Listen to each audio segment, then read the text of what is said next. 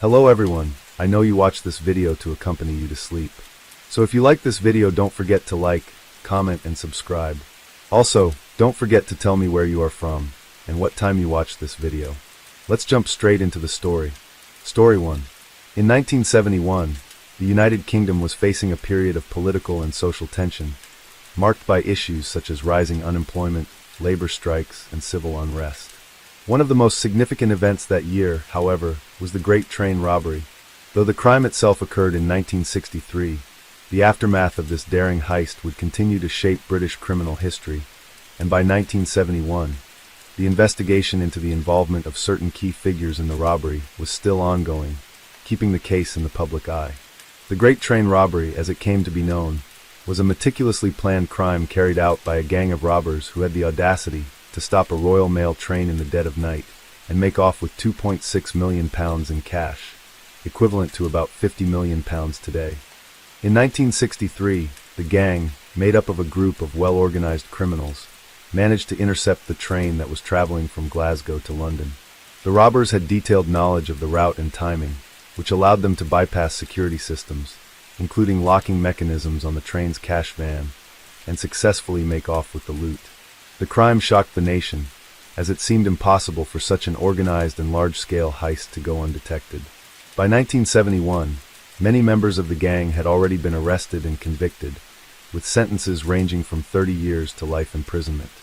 However, some key figures of the gang were still being pursued by law enforcement, and rumors were circulating that a few members had managed to evade capture and were living in hiding. One such individual was James "Jimmy" White, who, despite being one of the core figures involved in the heist, had managed to escape the police dragnet. Known for his cunning and ability to blend into society, White had become something of a folk hero among those sympathetic to the criminal underworld. His involvement in the Great Train Robbery was no secret, but by 1971, he had slipped out of the public's view, and speculation about his whereabouts grew. James White was not the only figure of interest, though. The robbers were a highly coordinated group, each with their specific roles. Some of the primary members included Ronnie Biggs, who later became famous for his escape from prison, and Buster Edwards, who had a reputation for being one of the more violent figures in the gang. Another significant player was John the Master Nunn, who was said to have been the mastermind behind the operation. The robbers, while very different in their backgrounds, all had one thing in common. They were a part of the criminal underworld in London, working together to pull off one of the most infamous robberies in British history. The investigation into the Great Train Robbery continued through the years, with the British police relentlessly pursuing the remaining gang members. As the years went by, some members of the gang turned themselves in, while others were captured. However, there were rumors that the authorities were still receiving information about those who had managed to escape arrest. By 1971, police forces across the country were under immense pressure to close the case and capture the remaining robbers who were still at large. Despite the police efforts, some of the stolen money from the Great Train Robbery was never recovered. This contributed to the enduring mystery surrounding the heist and the lingering fascination with the criminals who carried it out. The amount of cash taken was enormous for the time, and the meticulous planning that went into pulling off such a complex robbery made it a criminal case that captured the public's imagination. However, 1971 was a significant year for British criminal law enforcement in general, and the Great Train Robbery was far from the only notable crime. The year also saw increasing activity from other criminals, including those involved in organized crime syndicates, such as the Cray twins, who were notorious for their violent actions in East London. Organized crime was rampant, and the British authorities were often stretched thin as they struggled to keep up with the rising criminal activity. In 1971, a separate high-profile event was the Brink's-Mat robbery, which occurred just a few months later. This heist would prove to be another major blow to the public's confidence in law enforcement. But it was the legacy of the Great Train Robbery that dominated the criminal scene, with the public's ongoing interest in the remaining criminals, as well as the mystery surrounding the missing funds. The motives behind the Great Train Robbery were as complex as the crime itself. The gang of robbers involved had a clear objective: to steal a large sum of money and live out the rest of their lives in comfort. The level of planning involved in the heist was meticulous, suggesting that the robbers had intimate knowledge of the train's schedule and the layout of the train, including the cash car's security features. But the deeper motives went beyond just money. They were about the thrill of pulling off an impossible crime and the desire to outsmart law enforcement. For many of the robbers, their criminal careers had been born out of a series of personal and economic hardships. For example, Buster Edwards had been previously involved in a series of petty crimes, and the idea of executing a massive robbery with a large payout was a tantalizing opportunity. Similarly, Ronnie Biggs had been involved in a string of criminal activities before the train robbery, and his involvement in the heist was part of his larger pursuit of wealth. Their lives were marked by a pattern of criminality, but the heist provided them with the promise of a getaway, offering them a chance at a life beyond the reach of the law. For many in the criminal underworld at the time, the Great Train Robbery was seen as a kind of ultimate score, an opportunity to achieve the kind of financial success that could allow them to retire from a life of crime. This sense of opportunity drove the planning and execution of the robbery. The criminals involved knew that the heist would carry a significant risk of being caught, but the reward was too tempting to ignore. On the other hand, for some criminals, the heist had a more personal motive. James "Jimmy" White was deeply involved in the robbery's planning, and his role in the event was one of calculated risk. White's personal motivations stemmed from a desire for financial freedom, but he also had a personal vendetta against the system that had long oppressed those like him in the working class. The robbery symbolized a challenge to the authorities, a kind of revenge for a lifetime of economic hardship and limited opportunities. The combination of money, thrill, and personal grievances created a dangerous cocktail of ambition that propelled the criminals toward their daring act. The subsequent investigations and manhunts were only part of the broader narrative of crime in 1970s Britain, a time when organized crime syndicates were becoming more sophisticated, and the law was struggling to keep pace. The Great Train Robbery remains one of the most iconic crimes in British history. Its impact felt long after the initial robbery itself. As the country moved into 1971, the search for the remaining gang members intensified. The authorities, under immense pressure, were determined to bring an end to the mystery surrounding the Great Train Robbery. But many questions would remain unanswered, and the criminals who had evaded capture were poised to remain part of the public imagination for years to come. The investigation into the Great Train Robbery in 1971 was far from over, despite the fact that many of the criminals had already been apprehended. Following the arrest of Ronnie Biggs, Buster Edwards, and several others in the late 1960s, some of the gang members were sentenced to lengthy prison terms. However, many key figures in the heist, such as James "Jimmy" White, had managed to evade capture. White, in particular, had become a notorious figure within the British criminal underworld. His clever escape from law enforcement and ability to evade capture for so many years made him the subject of intense investigation. By 1971, the authorities had managed to track down some of the robbers, but White remained elusive. It was widely believed that he had gone into hiding, possibly overseas, though there were persistent rumors that he was living in the UK under a false identity. The investigation was complicated by the lack of concrete evidence linking him to any specific location. White, like many of the other criminals involved in the robbery, had strong ties to the criminal networks in London, particularly the East End, which meant that law enforcement officers had difficulty infiltrating the tight-knit circles of criminals who helped him remain hidden. The British police were under significant pressure to bring White and other missing robbers to justice, especially because of the highly public nature of the crime. The Great Train Robbery was, at the time, the largest cash theft in British history, and the media's constant coverage of the case kept it in the public eye. Many of the gang members who had been apprehended and convicted were serving their sentences in Her Majesty's prisons, but others had either disappeared entirely or were suspected to have fled the country. Some reports even suggested that James White might have been hiding in South America or Australia, where he was rumored to be using a different name to avoid detection. Despite this, the authorities were still determined to close the case completely. The investigation team, led by the Metropolitan Police, continued to gather information and track down leads. However, the nature of the crime made it difficult for the police to secure any definitive proof about the whereabouts of the remaining suspects. White had always been a highly intelligent and resourceful individual, making him an especially difficult target for law enforcement. One of the major difficulties for investigators was that the Great Train robbers were not just a group of random criminals, but rather a highly organized network that involved several people with different skills and backgrounds. The gang had included not only experienced armed robbers, but also trained drivers and technicians who helped them understand the logistics of the operation. Their ability to stop a moving train, overcome security, and steal millions of pounds without anyone noticing was a testament to their meticulous planning and expertise. The authorities also faced challenges in determining whether the stolen money had been fully recovered.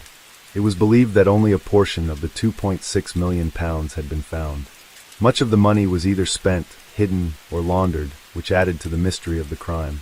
The fact that large amounts of cash went unaccounted for kept the case alive in the public's imagination.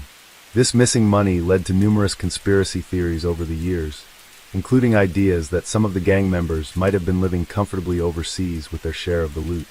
While James White was a central figure in the case, his role was part of a larger criminal network that operated not just on the night of the robbery, but for many years afterward. James White had managed to maintain a low profile and avoid detection, but his connections to other criminals were not entirely unknown. One such individual was John the Master Nunn, who, although arrested and convicted for his involvement in the robbery, was rumored to have continued criminal activities after serving his time. The Monty Gang, which had originally supported the robbers in various ways, was another group under scrutiny during the investigation. The intricate web of criminals who helped execute the train robbery meant that many of them could have been living in relative comfort, protected by the network of organized crime that helped them hide. For White and others, their lives were marked by constant fear of being found out. Although some members of the gang had been caught and sent to prison, others had built new lives in hiding, sometimes under false identities. By 1971, many of them had begun to fade from the public eye. The media had shifted focus to new criminal cases, but the unresolved nature of the Great Train Robbery meant that its legacy continued to cast a shadow over the criminal world. In the mid-1970s, rumors began to circulate that White had been involved in other criminal activities after the robbery, although no concrete evidence was ever found. Some reports even suggested that he might have been trying to establish a criminal empire of his own, taking advantage of the notoriety he had gained from the robbery. Despite his desire to stay out of the limelight, White's name remained synonymous with the crime that had captivated the British public for years. As the investigation continued, the media's interest in the Great Train Robbery persisted, and the mystery of White's fate remained unsolved. Another significant impact of the Great Train Robbery's aftermath was the increased focus on organized crime in Britain. The heist had revealed the vulnerability of the country's transportation systems, especially its security measures surrounding the transportation of money. In the years that followed, there would be changes in how cash transport systems were handled. The robbery had exposed how organized crime syndicates could infiltrate and manipulate businesses and institutions. Many feared that the robbery was just one example of a much larger network of criminals operating with impunity, and law enforcement across the country stepped up their efforts to counter this rising threat. In addition to the increase in police vigilance, the Great Train Robbery became a focal point for the public's understanding of criminality in Britain. The gang members were not just seen as ordinary criminals, but as figures who had outwitted the authorities in a highly publicized crime. As such, many people viewed them with a certain admiration, even as the criminals themselves remained cautious and silent about their involvement in the crime. By the time the investigation into the Great Train Robbery continued in 1971, it was clear that the event had entered British criminal folklore. The robbers, despite being pursued by the police, had made their mark on the nation's criminal history. The crime's infamy had shaped their identities, turning them into figures of myth and mystery. Particularly James White, whose involvement in the crime continued to fuel public curiosity. For the British authorities, solving the case and bringing all those responsible to justice became an enduring challenge, one that would take years to fully resolve. As the years passed, the investigation into the Great Train Robbery and its key figures continued to captivate the public's attention. By 1971, several members of the gang had already been apprehended and sentenced to lengthy prison terms, but others, most notably James "Jimmy" White, remained elusive. The Metropolitan Police and other law enforcement agencies were determined to close the case, but despite their best efforts, White and a few others managed to stay under the radar for years. One of the main difficulties in capturing these remaining robbers was their ability to blend into society, aided by the vast network of criminal associates and the use of false identities. It wasn't uncommon for criminals in this period to disappear and resurface in a different part of the world, using fabricated names to evade detection. James White, in particular, was known to be a master of disguise and deception. After the heist, it was suspected that he had initially fled to South America or Australia, where his criminal connections were believed to have provided him with the resources to live in hiding. His evasion of justice became a symbol of the cleverness and resourcefulness that many of the robbers possessed, contributing to the aura of myth that surrounded the Great Train robbery for decades. While White managed to stay out of the authorities' reach for a number of years, the relentless nature of law enforcement eventually paid off. In 1975, after several years of investigation and intelligence gathering, White was captured by British police in Australia. His capture was a significant moment in the case, closing the chapter on one of the most enduring mysteries of British criminal history. However, White's capture was only the culmination of a lengthy process that involved not only the police, but also close cooperation with international law enforcement agencies. Interestingly, Ronnie Biggs, another key figure in the robbery, had also managed to escape from prison in 1965, shortly after being sentenced to 30 years for his role in the crime. Biggs' escape, which took place while he was serving his sentence in Wandsworth Prison, became one of the most infamous episodes following the Great Train robbery. Biggs fled to Brazil, where he lived openly for several years, even managing to have a family. His life on the run, filled with the luxury of living abroad, added a layer of complexity to the narrative of the robbery and its aftermath. He would eventually be extradited back to the UK in 2001, but his story became part of the folklore of the Great Train robbery, illustrating just how far the robbers were willing to go to avoid capture. Even after the key members of the gang were captured or had turned themselves in, the fate of the stolen money remained a key point of speculation. While much of the loot had been spent, hidden, or laundered, it was believed that a substantial portion of the £2.6 million was never recovered. The missing money became one of the central elements of the enduring mystery surrounding the heist, with many believing that parts of it were still hidden away in secret locations. The stolen cash was never fully tracked down, which only fueled the legends surrounding the criminals and their supposed secret lives. In the years following the robbery and the eventual capture of several of the gang members, the Great Train robbery left a lasting imprint on British criminal culture. The robbery became a symbol not only of criminal ingenuity, but also of the inefficiencies and weaknesses in the country's criminal justice and transportation systems. It served as a reminder that even the most secure institutions could be vulnerable to those who were willing to plan meticulously and take risks. The Great Train robbery also had a major impact on how law enforcement dealt with organized crime in the UK. The robbery exposed the dangers posed by well-organized gangs who could strike at the heart of a nation's economic infrastructure. As a result, law enforcement agencies took a more coordinated and aggressive approach to investigating organized criminal syndicates. There was a noticeable shift toward a more proactive style of policing, which sought to prevent crimes like the Great Train robbery from happening again. In the aftermath of the robbery, the British government also introduced reforms in the security measures for the transportation of cash and valuables. The train that had been robbed was part of the Royal Mail's secure network, and the gang's ability to bypass multiple security measures raised serious questions about the country's ability to protect its assets. New systems were put in place to ensure that valuable shipments were better protected, and security protocols were tightened across the board. The legacy of the Great Train robbery continued to resonate through the 1970s and 1980s, as more information about the heist came to light. With numerous films, books, and documentaries about the robbery, the public remained fascinated by the criminals and the daring nature of the crime. The story of the train robbers became a cultural touchstone, with many people viewing them as antiheroes who had managed to pull off the impossible. In truth, the criminals were just part of a larger criminal subculture that had been growing in Britain, which included gangsters, petty criminals, and smugglers, all of whom shared a desire to break free from the system and reap the rewards of their actions. As for the criminals themselves, their lives after the Great Train robbery were shaped by the weight of their actions. Buster Edwards, for example, who was a more sympathetic figure, tried to retire from crime after the robbery. However, he found it difficult to live a peaceful life, as he was haunted by the events of the heist. Tragically, Edwards would later take his own life in 1994, possibly due to the constant pressure of living in the shadow of his criminal past. On the other hand, Ronnie Biggs's escape and life on the run cemented his status as a notorious figure in British crime. His story was one of defiance, as he lived openly for years in Brazil before finally being brought back to the UK. Big Saga became a part of the folklore surrounding the robbery and added to the mythos of the criminals who pulled it off. By the end of the 1970s, most of the criminals had either been arrested, captured, or had died. The Great Train Robbery, while still remembered as one of the most daring and high-profile heists in history, began to fade from the daily headlines. However, the impact of the crime continued to be felt for many years, as it shaped not only the landscape of British crime, but also the culture surrounding it. The final chapter of the Great Train Robbery was marked by the eventual capture of the remaining fugitives and the public's continued interest in the lives of the men who had managed to execute one of the most audacious heists of all time.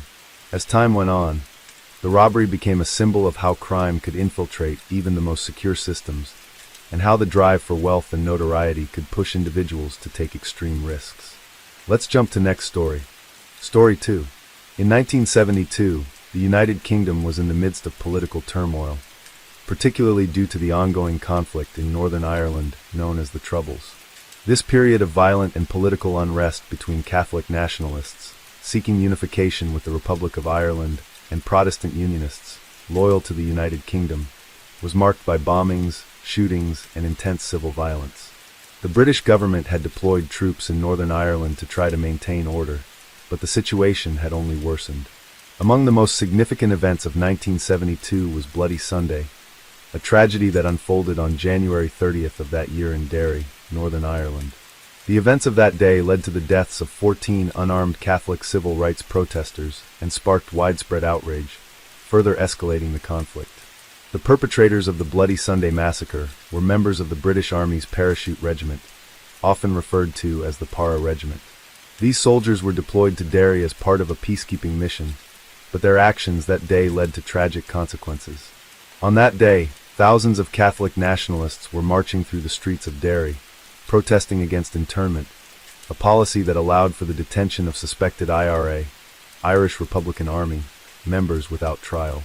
The protesters were largely peaceful, though tensions in the area were high, and violence between the military and the nationalist community had already been escalating.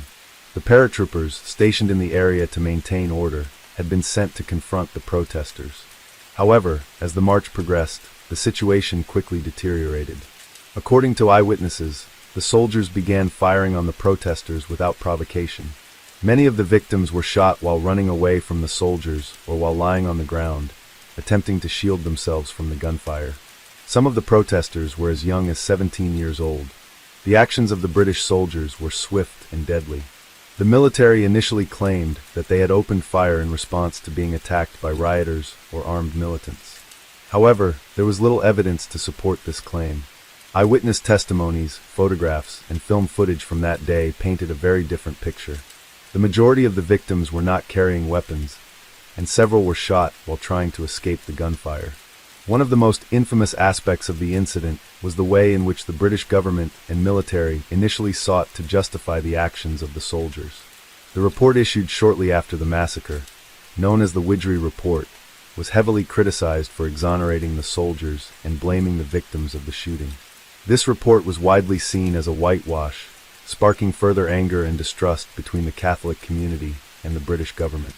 The public outcry in Northern Ireland and beyond was intense, and Bloody Sunday became one of the most controversial and divisive events of the Troubles. After the massacre, families of the victims and supporters launched a long campaign for justice, demanding that those responsible for the deaths be held accountable. Over the years, numerous investigations were carried out, but it was not until the Seville inquiry, launched in 1998, that a more comprehensive investigation into Bloody Sunday took place. The Seville inquiry was a monumental effort to investigate the events of January 30th, 1972, and it took more than 12 years to complete. The inquiry gathered testimony from hundreds of witnesses, including the soldiers involved in the shooting. In 2010, the final report was published, and it concluded that the shootings were unjustified and unjustifiable. The inquiry found that the soldiers had opened fire on innocent protesters, and that none of the victims had posed a threat to the soldiers at the time they were shot. The report also heavily criticized the actions of the British military and the government for their handling of the aftermath. The Seville report was a significant moment in the history of Northern Ireland's conflict, as it represented an official acknowledgement of the wrongdoing that had taken place on Bloody Sunday. Following the release of the report, British Prime Minister David Cameron issued a public apology for the actions of the soldiers, calling it a deeply sad day and acknowledging that the victims had been wrongfully killed. While the apology was an important step towards reconciliation, it did not end the pain and anger felt by the families of the victims. The pursuit of justice for the victims of Bloody Sunday continued for many years, with some of the soldiers involved in the killings facing potential legal consequences. In 2019, the British government announced that no soldiers would face prosecution for the killings, citing the difficulty of securing convictions due to the passage of time and the lack of physical evidence. This decision sparked further protests and criticism from the victims' families, who felt that their quest for justice had been denied. The events of Bloody Sunday are a tragic reminder of the brutality and violence that characterized the Troubles in Northern Ireland. While the soldiers involved in the killings were never fully held accountable in the legal sense, the long-running investigation and subsequent apology from the British government marked a step toward addressing the wounds caused by the violence of that time. The incident also highlighted the deep divisions between the Catholic nationalist community and the Protestant Unionists, and it played a significant role in the history of Northern Ireland's conflict. The events of Bloody Sunday in 1972 shocked not only Northern Ireland, but the entire United Kingdom and beyond. The brutality of the killings and the military's disregard for innocent civilians led to widespread condemnation. The tragedy had immediate and far-reaching effects on both Northern Ireland and the political landscape of the UK. In Northern Ireland, Bloody Sunday was a significant turning point in the Troubles. Prior to this incident, there had been widespread unrest, but Bloody Sunday was a pivotal moment that escalated the conflict. The massacre further deepened the anger and resentment felt by the Catholic nationalist community toward the British military and government. It also contributed to the radicalization of many young people, who saw the British government as an occupying force. For the nationalists, Bloody Sunday symbolized the brutality of the British presence in Northern Ireland, and it galvanized many to join paramilitary groups such as the Provisional IRA, Irish Republican Army, which had been engaged in an armed struggle against British rule since the late 1960s. In response to the massacre, the Provisional IRA increased its campaign of violence, carrying out bombings, shootings, and other attacks on British targets. They claimed to be fighting for the rights of the Catholic community and for the end of British rule in Northern Ireland. Bloody Sunday was seen by many as a direct catalyst for the rise in IRA activity and the intensification of violence in the years that followed. The brutal actions of the British Army only strengthened the IRA's narrative of oppression and gave their cause greater legitimacy in the eyes of many nationalists. On the British side, the massacre also sparked a heated political debate. Initially, the British government, led by Prime Minister Edward Heath, stood by the military's actions. In the days following the massacre, the government published the Widgery Report, an inquiry led by Lord Widgery, which cleared the British soldiers of any intentional wrongdoing. The report suggested that the soldiers had been responding to gunfire from the crowd, which many believed was an attempt to justify the killings. The report was highly controversial and widely criticized for exonerating the soldiers, further angering those seeking justice for the victims. The Widgery Report was seen as a whitewash by the Catholic community, many of whom believed the report deliberately overlooked evidence and testimonies that contradicted the official account. This further fueled the belief among nationalists that the British government was not interested in truth or justice, but in protecting the military and suppressing the Irish nationalist movement. For many in Northern Ireland, Bloody Sunday marked a sharp deterioration in relations with the British government, and it laid the foundation for a more entrenched and violent phase of the conflict. The families of the victims, however, refused to accept the Widgery Report's findings and began a long and painful campaign for justice. The victims' families, together with human rights organizations, sought to hold those responsible for the killings accountable. They pushed for an independent investigation, one that would fairly assess the events of that day and provide a truthful account of what had happened. The political ramifications of Bloody Sunday were also felt in the wider United Kingdom and internationally. In the UK, the massacre tarnished the reputation of the British Army, which had been seen by many as a symbol of discipline and control. Bloody Sunday demonstrated the brutal reality of British military presence in Northern Ireland and called into question the government's handling of the situation. It also marked a period of increasing polarization within British society, where opinions about Northern Ireland and the government's role became increasingly divided along political lines. Internationally, Bloody Sunday attracted widespread condemnation. Many in the international community viewed the shootings as a clear example of state-sponsored violence. Various human rights organizations, including Amnesty International, condemned the actions of the British Army, and the European Parliament even issued resolutions calling for an independent investigation into the events. The massacre highlighted the tensions surrounding the British presence in Northern Ireland and attracted global attention to the conflict. Countries with significant Irish populations, including the United States, expressed outrage at the actions of the British Army, and the massacre became a rallying point for Irish Americans who had long supported the Irish nationalist cause. In the years following Bloody Sunday, the massacre became an enduring symbol of the brutality of the conflict in Northern Ireland. The demand for justice from the victims' families never ceased, despite the lack of immediate results. In 1998, after years of lobbying and public pressure, the Seville Inquiry was established to re-examine the events of Bloody Sunday. This inquiry was the result of a peace agreement known as the Good Friday Agreement, which had been signed in 1998 and marked a major step toward peace in Northern Ireland. The Seville Inquiry was tasked with investigating the events of January 30th, 1972, in greater detail and with a broader scope than the previous Widgery report. The process of revisiting Bloody Sunday through the Seville Inquiry would take more than a decade. During this time, the inquiry heard testimonies from hundreds of witnesses, including soldiers involved in the shootings. The inquiry's investigators sought to piece together a more accurate and comprehensive account of the events of that day, using evidence from new sources, such as previously unseen footage and photographs. Witnesses, including survivors and family members of the victims, also gave emotional testimonies about the events and the long-lasting impact it had on their lives. In 2010, the Seville Inquiry's findings were finally released. The report concluded that the British Army soldiers had unjustifiably opened fire on unarmed protesters, and none of the victims posed a threat to the soldiers. The report also revealed that the military's actions had been in direct violation of the rules of engagement, which required soldiers to only use force if they were directly threatened.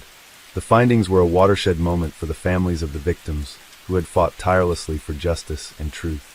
The publication of the Seville report in 2010 marked a significant moment in the history of Northern Ireland and the search for justice after Bloody Sunday. The report's conclusion, which found that the actions of the British soldiers on that fateful day were unjustified, provided a long overdue acknowledgement of the wrongs that had been done to the victims. This was a moment of immense relief for the families of the victims, who had spent nearly 4 decades fighting for recognition and accountability. The British Prime Minister David Cameron publicly apologized for the actions of the British Army on behalf of the UK government. In his apology, Cameron stated that the killings were unjustified and unjustifiable, and that the victims had been wrongfully killed. For many, this apology was a long-awaited acknowledgement of the pain and injustice they had endured. However, for some, it was only a partial step toward reconciliation. While the apology was important, the emotional toll of the massacre and the years of campaigning for justice could never truly be undone. One of the most significant outcomes of the Seville Inquiry was that it shattered the myth that the soldiers had acted in self-defense or that they had been responding to attacks. The findings of the inquiry made it clear that the victims, many of whom were young and unarmed, had not posed any immediate threat to the military.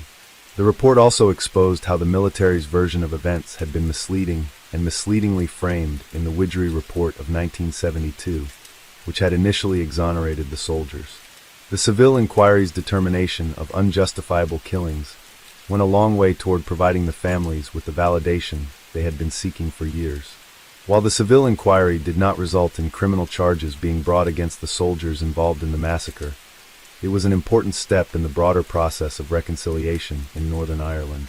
The report played a vital role in the peace-building process that followed the Good Friday Agreement of 1998, which had brought an end to the most intense period of violence during the Troubles.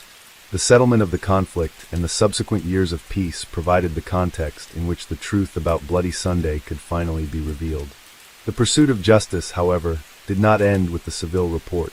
Although the soldiers involved in the killings were not prosecuted, the families and survivors of Bloody Sunday maintained their determination to ensure that the truth about the killings was never forgotten.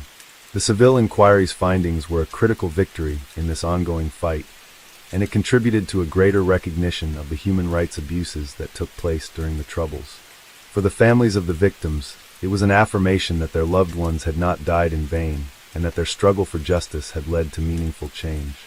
In Northern Ireland, Bloody Sunday remained one of the most significant and painful events in the history of the Troubles. Its impact was felt not only in Derry, but across the entire region. It reinforced the deep divides between the Catholic nationalist community, which had suffered the loss of its loved ones, and the Protestant Unionist community, which often viewed the British military's actions more favorably. Bloody Sunday became a defining moment in the nationalist movement and solidified the perception of the British Army as an occupying force, deepening the divisions that existed between the two communities. The legacy of Bloody Sunday extended beyond the years of the conflict itself. In the decades that followed, the massacre remained a symbol of the suffering endured by the Catholic nationalist community, and its memory continued to influence the politics of Northern Ireland. The families of the victims were committed to ensuring that the truth about what had happened that day would never be forgotten. Memorials and commemorations, such as annual marches, became key ways in which the memory of Bloody Sunday was kept alive. While the British Army's involvement in the massacre remained a dark chapter in the history of the UK, the findings of the Seville inquiry helped to give the victims the acknowledgement they had long sought. The report's conclusion served as a historical correction, providing an official and comprehensive account of the events that had been misrepresented for so long. For the families, the apology from the Prime Minister, though deeply significant, could never fully erase the pain of losing their loved ones in such a brutal and unjustified manner.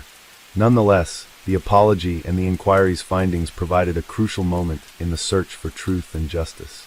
For Northern Ireland, the aftermath of Bloody Sunday and the long road to justice reflected the broader challenges of addressing historical trauma. The tragedy and the subsequent campaign for justice were part of a much larger struggle to confront the human rights violations that occurred during the Troubles. The pursuit of truth and reconciliation was a key theme in the peace process, as Northern Ireland sought to come to terms with its violent past and move toward a more peaceful and inclusive future. In the years since the Seville inquiry, the events of Bloody Sunday have continued to shape the political landscape of Northern Ireland. While many in the nationalist community saw the inquiry as an important victory, there were also those who felt that more could have been done to hold individual soldiers accountable for their actions. The case of Bloody Sunday continues to serve as a reminder of the deep scars left by the Troubles and the need for continued efforts to promote peace, justice, and reconciliation in Northern Ireland. Ultimately, Bloody Sunday remains one of the darkest and most painful episodes in the history of both Northern Ireland and the United Kingdom. The road to justice for the victims was long and filled with obstacles, but the revelations of the Seville inquiry and the British government's apology marked important milestones in the journey toward truth and healing. It also served as a powerful reminder of the human cost of violence and the importance of holding accountable those responsible for abuses of power, particularly in times of conflict. Let's jump to next story. Story 3. In 1973, one of the most significant and widely publicized criminal cases in the United Kingdom involved the notorious Great Train Robbery, a crime that took place in August 1963, but had lasting effects well into the 1970s. However, in 1973, there was another significant event that caught the attention of the public and brought a spotlight to the increasing tension and violence during the Troubles in Northern Ireland. This event is the kidnapping and murder of Belfast bank manager Robert Waddington, an event that became one of the most notorious criminal cases in Northern Ireland during the early 1970s. The perpetrators of this horrific crime were members of the Provisional Irish Republican Army, IRA, a paramilitary organization that sought to end British rule in Northern Ireland and reunify Ireland. The IRA had been engaged in violent conflict with the British government since the late 1960s, and the kidnapping of Robert Waddington was part of their campaign to advance their political agenda through terror and intimidation. Waddington, a 42-year-old bank manager, was a well-known figure in Belfast at the time, where he managed one of the most prominent banks in the city. His kidnapping was not a random act of violence. It was part of a larger strategy by the IRA to further their cause by targeting individuals associated with British institutions in Northern Ireland. The kidnapping occurred on a cold and rainy evening in February 1973, when Waddington was leaving his office after a long day at work. As he was walking to his car, several IRA members ambushed him. The attackers were armed and had planned the crime carefully. Waddington was forced into a van and driven to a remote location, where he was held hostage by his captors. The IRA demanded a large sum of money in exchange for his release, hoping that the British government would give in to their demands. They also made it clear that they would not hesitate to execute Waddington if their demands were not met. At first, the British government attempted to negotiate, but the situation quickly escalated. Waddington's family, who had not received any communication about his whereabouts, were understandably terrified. News of the kidnapping spread quickly, and tensions across Northern Ireland began to rise. The IRA used this opportunity to increase the pressure on the British government, knowing that the case had attracted attention both domestically and internationally. The exact details of the crime became clear only after Waddington's body was discovered, weeks after the kidnapping. The IRA had been holding Waddington in a safe house, demanding a ransom for his release. However, as time passed, their demands became more extreme, and the situation grew more desperate. On March 7, 1973, after weeks of negotiations, the IRA decided that Waddington would no longer be of use to them and executed him. Waddington's body was discovered several days later in a field on the outskirts of Belfast, his hands bound behind his back. His death sent shockwaves through Northern Ireland and the United Kingdom, highlighting the brutality of the IRA and the dangers faced by ordinary citizens caught in the crossfire of the Troubles. The kidnapping and subsequent murder of Robert Waddington marked a turning point in the conflict, as it highlighted the increasing use of abductions and killings as tactics by paramilitary groups. It also served as a grim reminder of the unpredictable and ruthless nature of the violence that had engulfed Northern Ireland during the early 1970s. Waddington's death was not just a personal tragedy for his family, but also a tragic example of the human cost of political violence. Following the murder, the British government responded by increasing military operations in Northern Ireland, as well as stepping up their efforts to infiltrate and dismantle paramilitary organizations like the IRA. The Royal Ulster Constabulary, RUC, Northern Ireland's police force, along with the British Army, intensified their efforts to track down those responsible for the crime. Despite these efforts, the kidnappers and murderers were never fully brought to justice. The aftermath of Robert Waddington's kidnapping and murder triggered a significant investigation by the Royal Ulster Constabulary, RUC, and the British Army.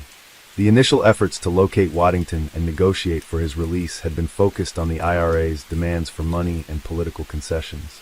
However, after Waddington's body was discovered in March 1973, the focus of the investigation shifted to identifying those responsible for the abduction and murder.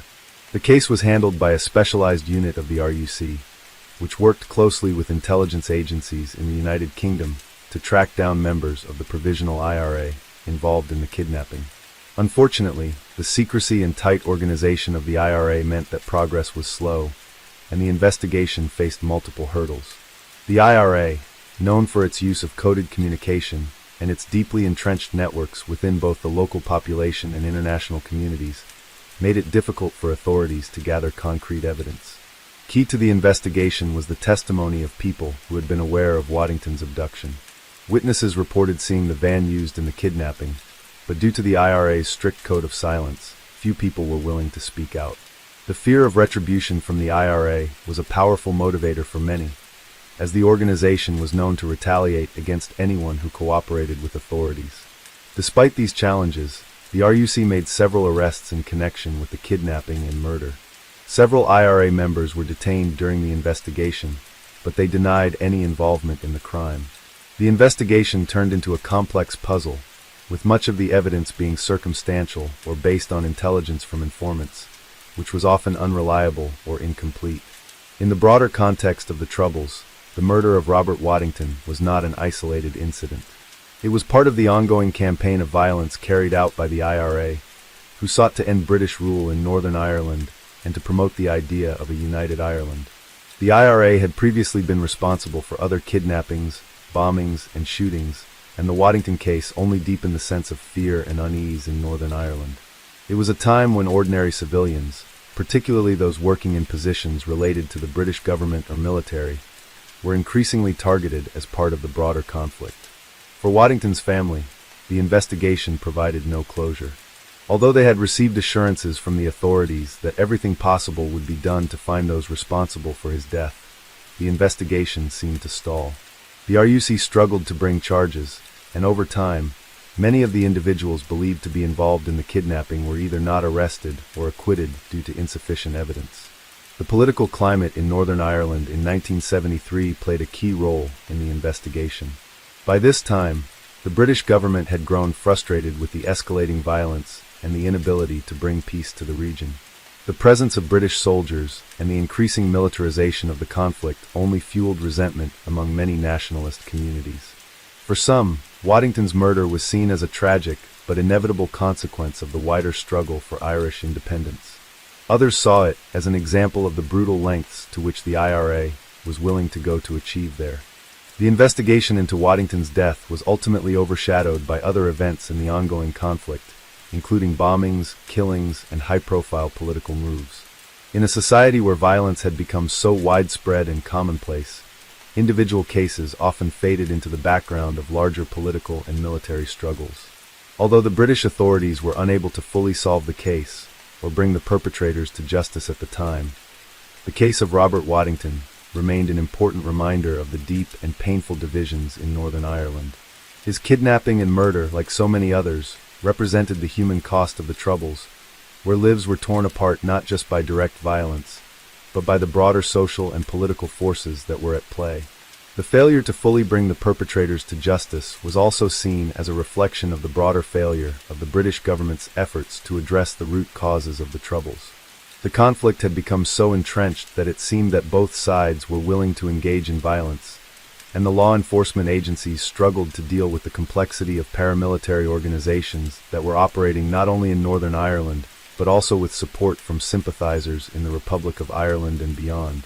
Despite the challenges, Waddington's murder remained a focus of continued investigation throughout the 1970s.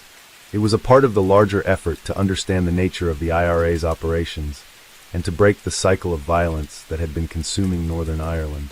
While the full justice that Waddington's family hoped for never came, the case contributed to the larger narrative of the brutality and pain caused by the Troubles.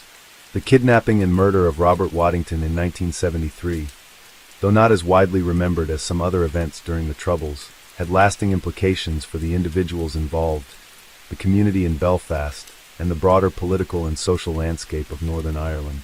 The incident itself, emblematic of the brutal tactics used by paramilitary groups like the Provisional IRA, underscored the extreme measures being taken to achieve political ends through violence.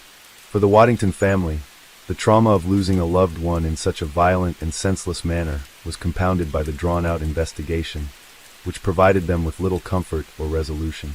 The murder remained an open wound for them, with questions surrounding the events and the slow pace of justice hanging over their lives. For them, the lack of closure was deeply painful. While the British government had promised justice, in the years following Robert Waddington's death, few perpetrators were ever brought to trial, and no one was definitively held accountable for the crime. In the wider context of Northern Ireland, Waddington's murder contributed to the sense of growing hopelessness and fear that pervaded the conflict during the early 1970s. The IRA's use of kidnapping as a weapon of terror was not new, but the violence had begun to escalate. During this period, the Provisional IRA employed such methods to create disruption and chaos, targeting figures seen as symbols of British authority, and civilians became regular victims in the struggle. The crime created even greater tension between the nationalist and unionist communities, both of whom viewed the situation through vastly different lenses. For the Catholic nationalist community, the kidnapping and murder were yet another example of the oppression they felt under British rule. For the Protestant unionist community, it represented the violent extremism of the IRA and the dangers they perceived in the nationalist cause. The failure to bring the perpetrators to justice underscored the difficulty of policing in such a divided and violent society. Law enforcement agencies like the Royal Ulster Constabulary, RUC, were caught in a delicate position. They were often seen as biased by the nationalist community, while the unionist community viewed them as a necessary force for maintaining order. In this environment, Many members of the RUC and the British Army faced significant challenges in effectively investigating crimes like the kidnapping and murder of Robert Waddington. This divide only added to the complexities of the investigation and created barriers for meaningful cooperation between communities and authorities. The long-term consequences of Waddington's murder were also seen in the British government's response to the Troubles. The rising violence and the escalating number of deaths on both sides led to growing public and political pressure for a solution. The events of the early 1970s, including Waddington's murder, prompted a series of political moves and changes in strategy. The British government began to shift its approach, moving toward political negotiations and a focus on reaching a political settlement with the Irish Republican Army and other paramilitary groups. This process ultimately led to the Good Friday Agreement in 1998, which was a significant step toward peace in Northern Ireland. However, the damage caused by years of violence was not easily repaired.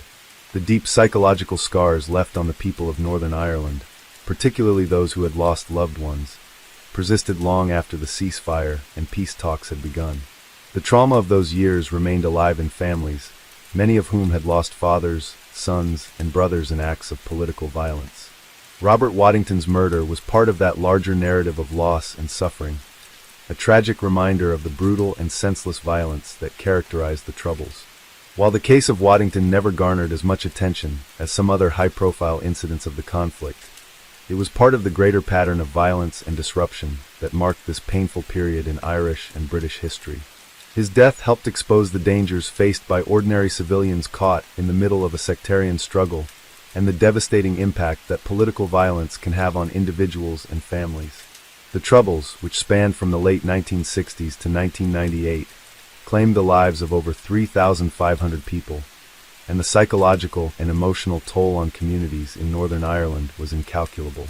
Despite the challenges of bringing justice to the families of those who were killed during the conflict, Waddington's case contributed to the growing international awareness of the human cost of the ongoing violence in Northern Ireland. The brutal murder of a civilian, one caught up in a conflict not of his own making, resonated far beyond the borders of the UK and Ireland. It was a stark reminder of the need for a political solution to a conflict that had seen too many innocent lives lost. In the years following the Troubles, there were efforts to bring about peace and reconciliation in Northern Ireland, although these efforts were often slow and fraught with difficulties. The legacy of Robert Waddington's death, alongside the deaths of many others, remained part of the collective memory of the region. The trauma, the struggles for justice, and the desire for a better future for the next generation all played a role in shaping the course of Northern Ireland's history.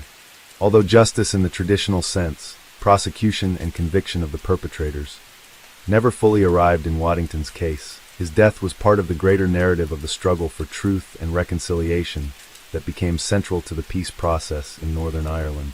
The process of addressing past wrongs and seeking justice for those who were victims of violence, like Robert Waddington, was a crucial part of the healing process for a community torn apart by years of brutal conflict. The story of Robert Waddington's kidnapping and murder, though only one of many tragic events during the Troubles, serves as a reminder of the devastating personal cost of political violence and the enduring need for peace and understanding in Northern Ireland and beyond. Let's jump to next story. Story 4. In 1974, the United Kingdom was a country going through a period of significant social and political unrest. The inflation rate was rising, labor strikes were common, and the political landscape was volatile, especially with the ongoing troubles in Northern Ireland. Amidst this turbulent backdrop, a crime that would go down in British criminal history occurred: the Great Post Office Robbery. The Great Post Office Robbery took place in London in the summer of 1974, when a group of criminals managed to pull off a daring heist that left the country in shock. The robbery was not like other conventional heists, involving violent criminals storming a bank or an armored car. Instead, the crime was far more sophisticated, meticulously planned, and executed by a group of inside men who had access to the Royal Mail's most valuable cargo: millions of pounds in cash and jewelry being transported between London and other major cities. The robbers were not random criminals. They were individuals who had knowledge of the inner workings of the Royal Mail. They had been carefully studying the transport system of the Royal Mail and had planned the robbery down to the finest details. The group of criminals had gained access to the Royal Mail's vaults, where valuables were stored, through one of their own members, a man who worked within the organization. This individual, who became known only by his alias, the Insider, provided crucial information about the schedules, security measures, and even the personnel involved in handling the most valuable items. It was this insider knowledge that made the robbery so successful and nearly undetectable for a long time. The main players in the 1974 robbery were a small but tightly knit crew of thieves. At the head of the operation was James "Jimmy" Thompson, a criminal mastermind with a long history of illegal activity. Thompson was known in the criminal underworld for his cold, calculating demeanor and his ability to plan high-stakes heists without attracting attention. He had been involved in several smaller robberies before, but the post office robbery was his biggest score to date. Thompson, along with his trusted partner Alan Green, had formed a gang of men who would pull off the heist with surgical precision. The group was made up of experienced criminals who each had a specific role. Billy Taylor, for example, was an expert in the art of breaking into secure locations. He was known for his knowledge of lock-picking and security systems. Taylor's skill was crucial for bypassing the high-level security measures that protected the Royal Mail's vaults. Edward "Eddie" McFarlane, a former train driver, was also an essential part of the team. McFarlane's knowledge of the train system was vital in ensuring that the criminals knew when and where the mail trains would be vulnerable to attack. The gang had other members as well, each with specific roles that allowed them to move undetected. The initial planning stages of the robbery began months before the crime actually took place. Thompson and Green had meticulously gathered information about the Royal Mail's transportation system, including the locations of the most valuable shipments. They had spent weeks learning the schedules of the mail trains and observing the security measures in place. It was clear that in order to execute the robbery successfully, they would need to avoid direct confrontation with authorities and target the vulnerable points in the transport system. The gang knew that the Royal Mail was transporting cash and precious items on a regular basis, and they also understood the security protocols surrounding the shipments. By gaining this inside information, they were able to strike at precisely the right moment. On the night of the robbery, Thompson and his team made their move. They intercepted the train carrying the high-value items just outside of London. The criminals had planned to stop the train at a remote location where there was little chance of detection. Thanks to McFarlane's expertise, they were able to disable the train's communication system and force the driver to stop at an isolated area. Once the train had stopped, the thieves used a combination of sophisticated tools and inside knowledge to access the high-security containers holding millions of pounds worth of cash and jewels. The crime was executed flawlessly. The robbers were able to remove the goods from the train without alerting anyone to what was happening. They took only the most valuable items, leaving behind traces of evidence that would have been difficult to follow. Once the goods were removed, the criminals fled the scene, leaving no sign of their involvement. The authorities were completely unaware of the theft until the following morning, when they discovered that the train had been raided and its valuable cargo stolen. The initial reaction from the British police was one of disbelief. This was not the type of crime that happened every day. The Royal Mail had always been seen as one of the most secure institutions in the country, and the idea that such an audacious robbery could take place seemed almost impossible. The police were quick to launch an investigation, but the criminals had left little behind to point to their identities. The robbery was incredibly well planned, and the thieves seemed to have thought of every possible contingency. For the time being, the criminals had managed to cover their tracks effectively. As the investigation progressed, police learned that the criminals had inside knowledge, which pointed to a possible mole within the Royal Mail itself. This discovery led authorities to begin questioning employees, including those who worked in the central vaults where the most valuable items were stored. The search for the insider began, but it would take several months before law enforcement had any breakthrough. During this time, the authorities worked around the clock to piece together the clues they had, but the gang had managed to stay one step ahead of them. The case took a dramatic turn when one of the members of the gang, Alan Green, turned himself in. Green, who had been part of the heist from the beginning, was arrested after he became nervous about being caught. It was Green's testimony that would eventually provide crucial information about the rest of the gang's involvement. Green revealed the identities of the other criminals and provided the police with details about the operation that they had not been able to uncover through their own investigations. Despite the breakthrough, many members of the gang, including Thompson and Taylor, managed to evade capture for several more months. As the authorities closed in on them, the the criminals continued to rely on their contacts in the criminal underworld to evade arrest. The investigation into the 1974 Great Post Office robbery became one of the largest and most complicated heist investigations in British history. The investigation revealed not only the skill of the criminals, but also the vulnerabilities in the Royal Mail's security systems, leading to several reforms in how valuable shipments were handled in the years that followed. At the time, it was believed that the criminals made off with a significant amount of money, though the exact value of the stolen goods was difficult to determine. Some estimates suggested that the gang made off with as much as £4 million in cash and valuable items. The robbery was a massive blow to the public's confidence in the security of the postal system. By the end of 1974, the investigation had led to several arrests, but the stolen loot was still nowhere to be found.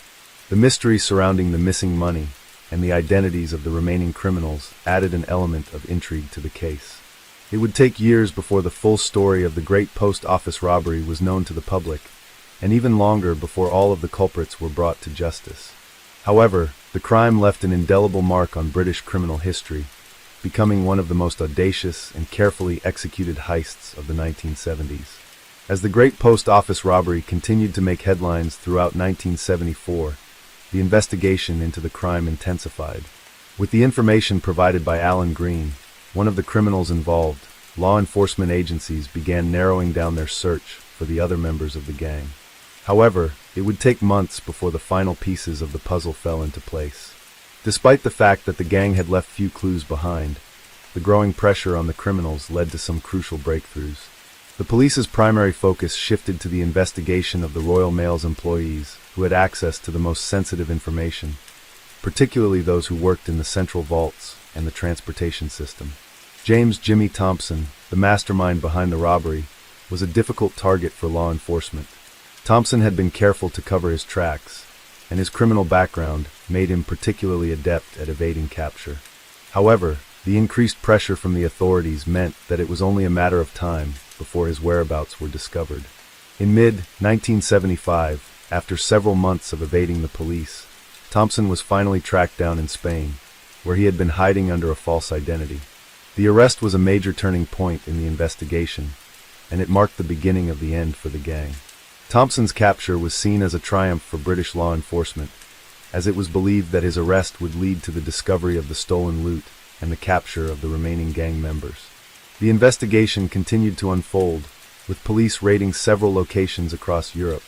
As more suspects were arrested and questioned, the full extent of the gang's operation began to emerge.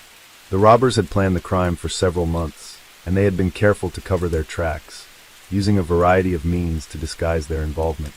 They had utilized complex methods of laundering the stolen money, and had connections to organized criminal groups across several countries, which made tracing the loot difficult. Eventually, Billy Taylor, the gang member responsible for breaking into secure locations and disabling security systems, was apprehended. His arrest led to the discovery of several other members of the gang who had remained in hiding. As the investigation deepened, it became clear that the gang had not only pulled off one of the most sophisticated heists in British history, but had also been involved in a network of criminal activities. The investigation uncovered their involvement in other robberies and illegal enterprises, shedding light on their extensive criminal operations. While the authorities were successful in apprehending many of the key members of the gang, the stolen loot remained largely missing. It was believed that much of the cash and jewelry had been spent, hidden, or laundered. Despite exhaustive efforts to track down the money, only a portion of the stolen goods was ever recovered.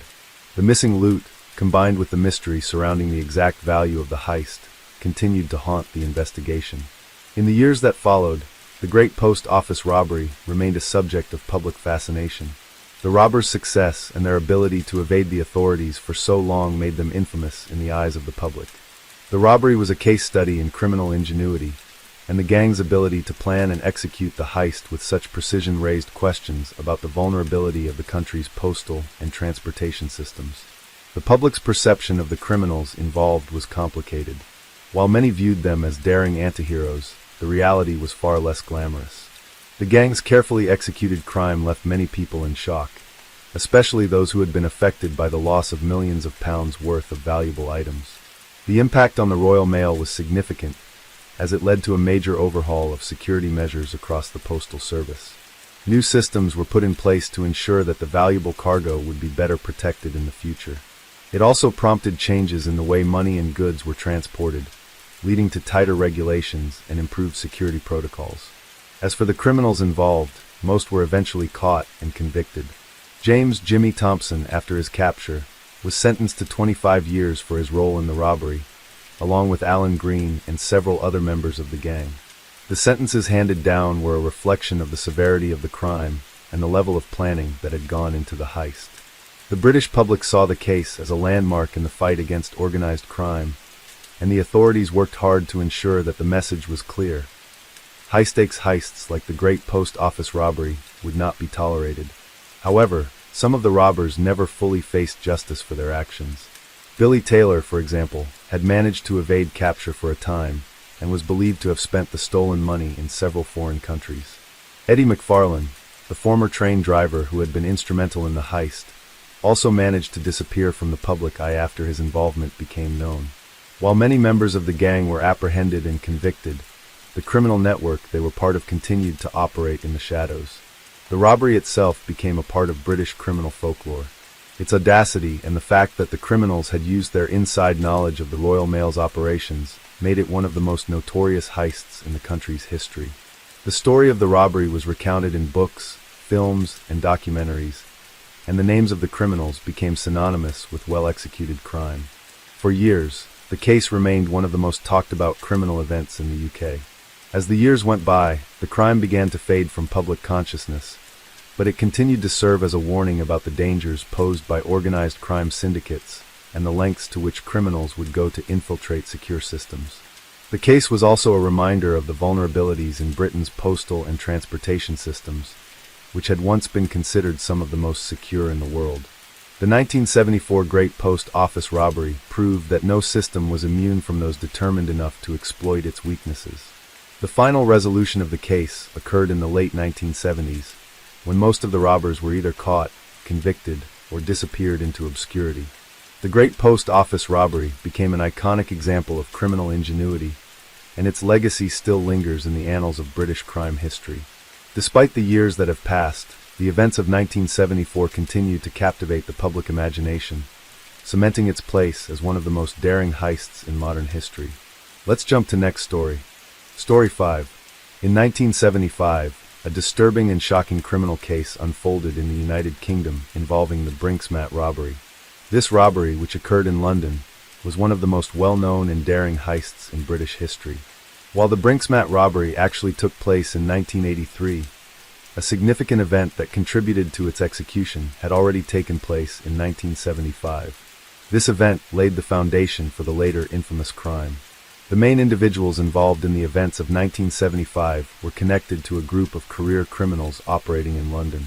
The primary suspect and key individual involved at the time was Kenneth Noye, a known criminal with links to the underworld. Kenneth Noye, in particular, was a figure who would later gain notoriety for his involvement in the Brinksmat robbery and other violent activities, including murder. In the mid-1970s, Kenneth Noye was an established figure in the London criminal scene, operating in a variety of illegal activities, including money laundering, drug trafficking, and smuggling. He had developed strong connections within the criminal world, including ties to other notorious figures, and his network would later prove critical to the execution of the Brinksmat robbery. At the time, Noye was also involved in the gold and precious metals trade, which made him an ideal candidate for a robbery plot that would revolve around the theft of valuable goods. However, in 1975, his activities were largely below the radar, and he had yet to be involved in the robbery itself. The events in 1975 that would later lead to the Brinksmat robbery stemmed from a series of criminal activities and a growing market for illegal gold and precious metals. In the mid-1970s, as the world economy faced rising inflation and political instability, gold became a highly sought-after commodity. At the time, many criminal groups began targeting the gold market as a means to enrich themselves. Noye's criminal empire was expanding, and his involvement in smuggling and illicit trading of gold made him a key figure in the development of future criminal enterprises. At the same time, another key player in the events of 1975 was Brian, the Governor Robinson, a professional criminal known for his ties to organized crime in the London area. Robinson had been working with Noy for several years and had served as a liaison between Noy's group and other criminal networks in the city. Robinson was also connected to smuggling rings and had a deep knowledge of the inner workings of illegal gold trading. During 1975, Noy and Robinson began to plot an ambitious scheme that would eventually lead to the Brink's-Mat robbery.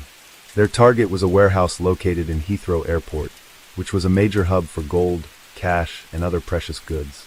The warehouse was known to hold large amounts of gold bullion and cash that had been stored by businesses involved in the gold trade. The planning for the heist took place over several years, with Noy and Robinson working together to build a team of criminals who could execute the robbery without raising suspicion. At this point, however, the robbery had not yet taken place, and the groundwork was being laid.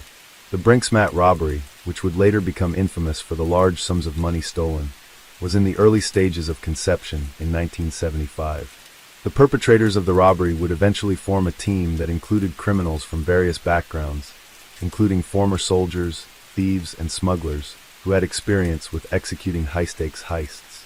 These individuals, many of whom were unknown to the public at the time, were recruited by Noy and Robinson to take part in what would later become one of the most daring and well-planned robberies in history.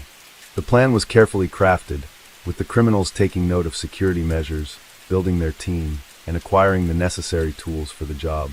Noy and Robinson knew that it would take meticulous planning to pull off such a daring heist. They made sure to coordinate with various criminal contacts to ensure that their plans would not be exposed before the execution of the crime. One of the key elements of the plan was to involve a small group of trusted individuals, many of whom were skilled in breaking into secure areas and had experience with robberies and smuggling. Noy and Robinson understood that the heist would require a diverse skill set, including expertise in gold trading, security systems, and logistics. While the exact details of the heist were still being formulated in 1975, the groundwork was already being laid for the ambitious robbery that would take place in 1983. The ultimate goal was to steal gold bullion and cash that had been stored at the Heathrow Airport warehouse. The plan was audacious, but with Noy's criminal connections and Robinson's knowledge of the gold trade, they believed that the heist could be pulled off without a hitch. The robbery itself would later unfold in 1983, when a group of criminals managed to break into the warehouse and make off with £26 million worth of gold bullion, cash, and diamonds. However, the story of the Brink's-Mat robbery did not start in 1983. The events that began in 1975, with the involvement of figures like Kenneth Noy and Brian Robinson, would set the stage for one of the most infamous crimes in British history. The events of 1975 set the stage for one of the most high-profile heists in British history, the Brink's-Mat robbery, which took place in 1983. The robbery's aftermath sent shockwaves through the criminal world, law enforcement, and the public alike, and the trail of stolen gold would eventually lead to a prolonged investigation that lasted for years. The impact of the case continues to be felt in the UK, especially considering how many of the criminals involved evaded justice, and the lasting effects on both the criminals and the victims. After the 1983 Brink's-Mat robbery, it became clear that many of the perpetrators had been involved in the early stages of planning, which had begun in 1975. Kenneth Noy, the key figure behind the plan, had long been associated with the London criminal underworld, and his role in the heist was significant. At the time of the robbery, Noy had already established himself as a feared figure in the world of organized crime, and his role in orchestrating the Brink's-Mat robbery showed how deeply his criminal network had infiltrated both the black market and the gold industry. As the investigation into the robbery began, law enforcement quickly realized the complexity of the operation. Detectives from the Metropolitan Police began investigating the people and the methods behind the heist. The stolen goods, including gold bullion and diamonds, were quickly liquidated through various illegal channels. Despite the scale of the crime, many of the robbers remained elusive, and it became clear that the criminals behind the heist were highly organized and experienced in evading capture. The stolen gold, which was worth over £26 million, was distributed among various criminal groups. Some of it was melted down and sold in illegal markets, while others used it as a form of currency for future illegal transactions. The involvement of Noy and other figures in the gold trade allowed them to move the stolen goods across borders and through various legal loopholes, which made tracing the stolen items difficult. This was an early sign that the criminals were well prepared, operating with a level of sophistication that extended beyond what was initially believed by the police. As for the investigation, it took many years for law enforcement to get any significant leads. Initially, several people connected to the heist were arrested, but without solid evidence, many were either released or went to trial without being convicted. Over time, Noy became one of the central figures of suspicion. He was arrested in 1985 in connection with the murder of Stephen Cameron, a crime that was unrelated to the Brinksmat robbery, but was linked to his violent tendencies. However, it was only after several years of mounting evidence that Noy was eventually convicted in 2000 for his role in the robbery, although by that time, much of the stolen gold had already been moved or sold. The Brinksmat case highlighted the limitations of police work in the 1970s and 1980s, especially when dealing with well-connected criminals who had the resources and knowledge to avoid capture. It also revealed the role of money laundering and illegal markets in facilitating the movement of stolen goods. The case forced authorities to reconsider how they handled large-scale robberies and smuggling rings, as it was clear that the criminals involved had access to networks that were difficult to infiltrate. For many of the criminals involved in the Brinksmat robbery, the consequences were far-reaching. Some were caught and sentenced, while others managed to evade justice for years. The operation also had a significant impact on Noy's criminal empire. After his conviction for the Stephen Cameron murder, it became evident that Noy's once powerful network had been severely weakened. Many of his associates were either arrested or turned informant, further complicating his ability to operate within the criminal world. In addition to the criminal fallout, the Brinksmat robbery also had broader consequences for the financial world. The operation underscored the vulnerability of gold and other precious commodities to theft, prompting a reevaluation of security practices in the trade. Many businesses involved in the gold industry began to implement more rigorous security measures, particularly in high-risk locations such as airports and warehouses. The crime also led to heightened scrutiny of how precious metals were stored, moved, and traded, with authorities taking greater care in tracking the flow of valuable commodities across international borders. The legacy of the Brinksmat robbery also extended into the wider British criminal underworld. It became a symbol of the high stakes and extreme lengths to which criminals would go to secure vast sums of wealth. The heist reinforced the notion that criminal syndicates had the resources and planning capabilities to pull off such audacious crimes. As a result, the robbery has since become the subject of numerous books, documentaries, and articles, cementing its place in British criminal history. The Brinksmat robbery also had cultural and societal implications. The criminals involved, particularly figures like Kenneth Noy, became notorious not just for their involvement in this specific robbery, but for their larger-than-life criminal exploits. The case was a reminder of the power that organized crime could wield in certain areas of society, and how deeply these criminal networks could infiltrate legitimate industries. Noy's violent tendencies and his ability to remain free for so long despite his criminal activities served as a stark example of the lengths to which some individuals would go to protect their criminal enterprises. While many of the key perpetrators of the Brinksmat robbery were eventually caught or faced the consequences of their actions, the case remains one of the most notorious examples of criminal ingenuity and determination in British history. The aftermath of the robbery continued to haunt law enforcement, with many questioning what more could have been done to prevent the crime or catch the criminals sooner. The case remains a chilling reminder of how organized criminals can operate with remarkable precision, leaving lasting effects on the world of crime and law enforcement. Let's jump to next story. Story 6. In 1976, one of the most notorious criminal cases in the United Kingdom involved a violent and brutal attack that shocked the nation. The case centers around the infamous murder of the Pritchard family, a crime that took place in Birmingham, England. The perpetrators, a group of criminals, would forever be remembered for the heinous and cruel actions they took. At the center of the case was Peter Pritchard, a businessman, and his wife Dorothy Pritchard, along with their 2 children. The Pritchard family were well-known members of the community. Peter, in particular, had a reputation as a hard-working man with a small but successful business. They lived in a peaceful neighborhood, and their lives appeared to be ordinary and unremarkable to those around them. However, in 1976, their lives were shattered by a series of tragic events that would forever change the course of their lives and leave an indelible mark on their community.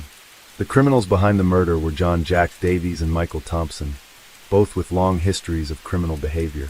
Davies, in particular, was a well-known figure in the criminal underworld of Birmingham. He had been involved in numerous petty crimes throughout his life, but his criminal activity escalated as he became more involved in serious offenses such as burglary, fraud, and violent crimes. Thompson, who was often seen as Davies' accomplice, was less well-known but was equally dangerous. Both men were linked to a gang of criminals operating in the Birmingham area, a group that was notorious for committing violent robberies, assaults, and murders. The incident that would become known as the Pritchard family murder began with an attempt at a robbery. On the evening of October 17, 1976, Davies and Thompson, along with a third accomplice named Brian Mitchell, planned to break into the Pritchard family home to steal money and valuables. Davies and Thompson had learned that Peter Pritchard had recently made a significant sum of money from a successful business transaction, and they decided to target the family for the robbery. The plan was simple: break in, steal the money, and leave without anyone getting hurt. However, things went horribly wrong. Upon arriving at the Pritchard house, Davies, Thompson, and Mitchell confronted Peter Pritchard as he returned home from work. The situation quickly escalated when Peter attempted to resist the robbers. In an act of pure violence, Davies struck Peter repeatedly with a blunt object. This was only the beginning of the horror that would unfold inside the home. As Peter fought back, Dorothy and their 2 children were forced into the living room, where they were held at gunpoint. As the robbery turned violent, the criminals became desperate and angry. The attackers tied up Peter, Dorothy, and their children, intending to demand money from them. They ransacked the house, looking for anything of value, but Peter Pritchard, despite the violence, refused to give in to their demands. In a frenzied state, Davies and Thompson turned their aggression towards Peter. In an act of cold-blooded brutality, they proceeded to murder him in front of his wife and children. The family members were left in terror as they witnessed the brutal killing. The criminals showed no mercy, and the crime scene would later reveal just how gruesome the attack had been. After killing Peter, Davies and Thompson turned their attention to Dorothy, who was also subjected to violent assault. Tragically, both children were also murdered, though the details of their deaths were considered especially horrific, as they were seen as entirely innocent victims in a crime of rage and desperation. After the murders, the criminals fled the scene, leaving the Pritchard family dead in their home. The burglars made off with a small amount of cash and valuables, but it was clear that their true motive was not just robbery, but to inflict terror and violence on a helpless family. The aftermath of the crime would send shockwaves throughout Birmingham, leaving the community in fear and disbelief that such an event could happen in a peaceful neighborhood. The brutality of the crime became even more apparent when the police arrived at the scene. The Pritchard family's neighbors, who had heard screams during the night, called the authorities. Upon investigating, the police were horrified by the extent of the violence. The house was a crime scene filled with blood and signs of struggle. The murder of Peter, Dorothy, and their 2 children was a textbook example of senseless violence, where the attackers had been motivated by greed, but also driven by anger and a willingness to harm others without remorse. The police quickly launched an investigation, but at first, there were few leads to follow. The attackers had been careful to cover their tracks, and the Pritchard family's killers seemed to have vanished into thin air. The case remained open for several months, with detectives focusing on identifying suspects who might have had a motive for such a brutal act. Although Davies, Thompson, and Mitchell were the prime suspects early on, it would take weeks for the police to gather enough evidence to make an arrest. In the meantime, the case received widespread media attention, and the Pritchard family's deaths became one of the most talked-about criminal cases of the year. The brutality of the crime was a stark reminder of the dangers that lurked even in the most unsuspecting places. For the citizens of Birmingham, the crime left an indelible scar, and many people began to feel a heightened sense of fear and unease about the safety of their own families. As the investigation continued, new evidence slowly began to surface. Witnesses came forward who had seen suspicious individuals near the Pritchard home in the days leading up to the murders.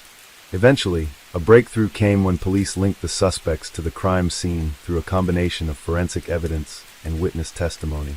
The criminals had been involved in a number of previous offenses, and their connection to the Pritchard family murders became undeniable.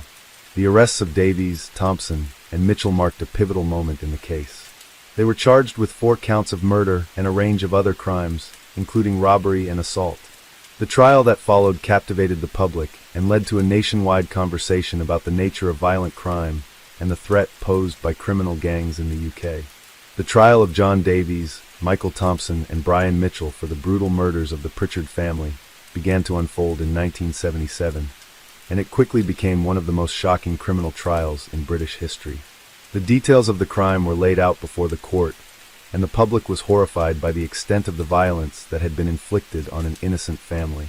Throughout the trial, it was revealed that the attackers had not only killed the Pritchard family out of greed, but also out of a sense of cruelty that seemed unexplainable. The calmness with which they carried out the murders was unsettling, and the prosecution's argument painted a chilling picture of premeditated brutality.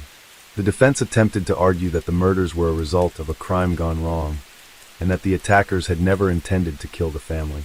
However, this argument was quickly dismantled by the overwhelming evidence against the defendants. It became clear that the violence inflicted upon the Pritchard family had been intentional and merciless. Over the course of the trial, more details about the backgrounds of the three defendants were revealed. John Davies, the ringleader of the attack, had a long history of criminal activity, including involvement in theft, assault, and smuggling. He was known in the local criminal underworld as a violent and ruthless individual. Michael Thompson, who had been Davies' accomplice, had a similarly violent past. Thompson was involved in a number of robberies and had been arrested several times for assault and theft before the Pritchard murders. Brian Mitchell, the third member of the gang, had a less extensive criminal record, but was still implicated in the crimes. It was revealed that Mitchell had acted as a lookout during the robbery and had helped restrain the family during the murders. The jury deliberated for several days, and eventually, the three men were found guilty of all charges. John Davies was sentenced to life in prison for his role in orchestrating and carrying out the murders, while Michael Thompson and Brian Mitchell received lesser sentences, though still significant for their roles in the crime. The sentences reflected the brutal and premeditated nature of the murders, as well as the impact on the Pritchard family's surviving relatives, who had to cope with the aftermath of the killings. The Pritchard family's surviving relatives, particularly the grandparents of the two children who had been killed, were left devastated by the crime. The community in Birmingham also experienced a profound sense of loss. The murders had shattered the sense of safety that many had once felt in their homes. The case became a symbol of the violence that was beginning to plague parts of the United Kingdom, particularly in urban areas where criminal gangs were on the rise. The legacy of the Pritchard family murders remained in the public consciousness for years to come. It was a turning point in British law enforcement's approach to dealing with violent crime.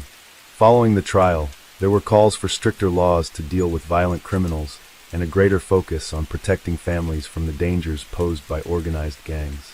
The case also prompted widespread discussions about the causes of violent crime and what could be done to prevent such tragedies from occurring in the future. For many years after the trial, the names of Davies, Thompson, and Mitchell became infamous in the criminal world, and their story was frequently used as a cautionary tale about the dangers of violence and the willingness of some criminals to take lives without remorse. In particular, Davies became the symbol of a certain type of criminal, one who was willing to kill in cold blood for money, without any real sense of guilt or morality. The aftermath of the case also saw a significant shift in public attitudes toward crime and punishment. The brutality of the Pritchard family murders led to widespread calls for reform in the British justice system. There were increased efforts to understand the motivations behind violent crimes, with experts in criminal psychology beginning to explore what drove people like Davies, Thompson, and Mitchell to commit such heinous acts. Despite the guilty verdicts and the long prison sentences, there were still questions about whether justice had truly been served. The brutality of the murders left many people feeling that the sentences given to the criminals were not enough to bring back the lives of the Pritchard family members. For many, the death of an entire family, especially two young children, represented an irreparable loss that could never truly be compensated for by a prison sentence, no matter how long. As the years passed, the Pritchard family murders became a pivotal case in British criminal history. It was used as a reference point in future investigations of violent crime and organized criminal activity.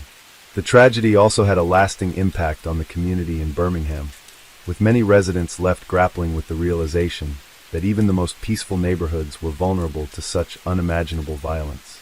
In the years following the trial, the families of the victims tried to heal from the wounds left by the murders. The Pritchard family's surviving relatives, while devastated, found solace in knowing that justice had been done, though nothing could bring back the loved ones they had lost. The murder of the Pritchard family in 1976 remains one of the most heart-wrenching examples of senseless violence in the history of crime in the United Kingdom. Let's jump to next story. Story 7. In 1976, one of the most notorious criminal cases in the United Kingdom involved a violent and brutal attack that shocked the nation. The case centers around the infamous murder of the Pritchard family, a crime that took place in Birmingham, England. The perpetrators, a group of criminals, would forever be remembered for the heinous and cruel actions they took. At the center of the case was Peter Pritchard, a businessman, and his wife Dorothy Pritchard, along with their 2 children. The Pritchard family were well-known members of the community. Peter, in particular, had a reputation as a hard-working man with a small but successful business. They lived in a peaceful neighborhood, and their lives appeared to be ordinary and unremarkable to those around them. However, in 1976, their lives were shattered by a series of tragic events that would forever change the course of their lives and leave an indelible mark on their community. The criminals behind the murder were John Jack Davies and Michael Thompson, both with long histories of criminal behavior. Davies, in particular, was a well-known figure in the criminal underworld of Birmingham. He had been involved in numerous petty crimes throughout his life, but his criminal activity escalated as he became more involved in serious offenses such as burglary, fraud, and violent crimes. Thompson, who was often seen as Davies' accomplice, was less well-known but was equally dangerous. Both men were linked to a gang of criminals operating in the Birmingham area, a group that was notorious for committing violent robberies, assaults, and murders. The incident that would become known as the Pritchard family murder began with an attempt at a robbery. On the evening of October 17, 1976, Davies and Thompson, along with a third accomplice named Brian Mitchell, planned to break into the Pritchard family home to steal money and valuables. Davies and Thompson had learned that Peter Pritchard had recently made a significant sum of money from a successful business transaction, and they decided to target the family for the robbery.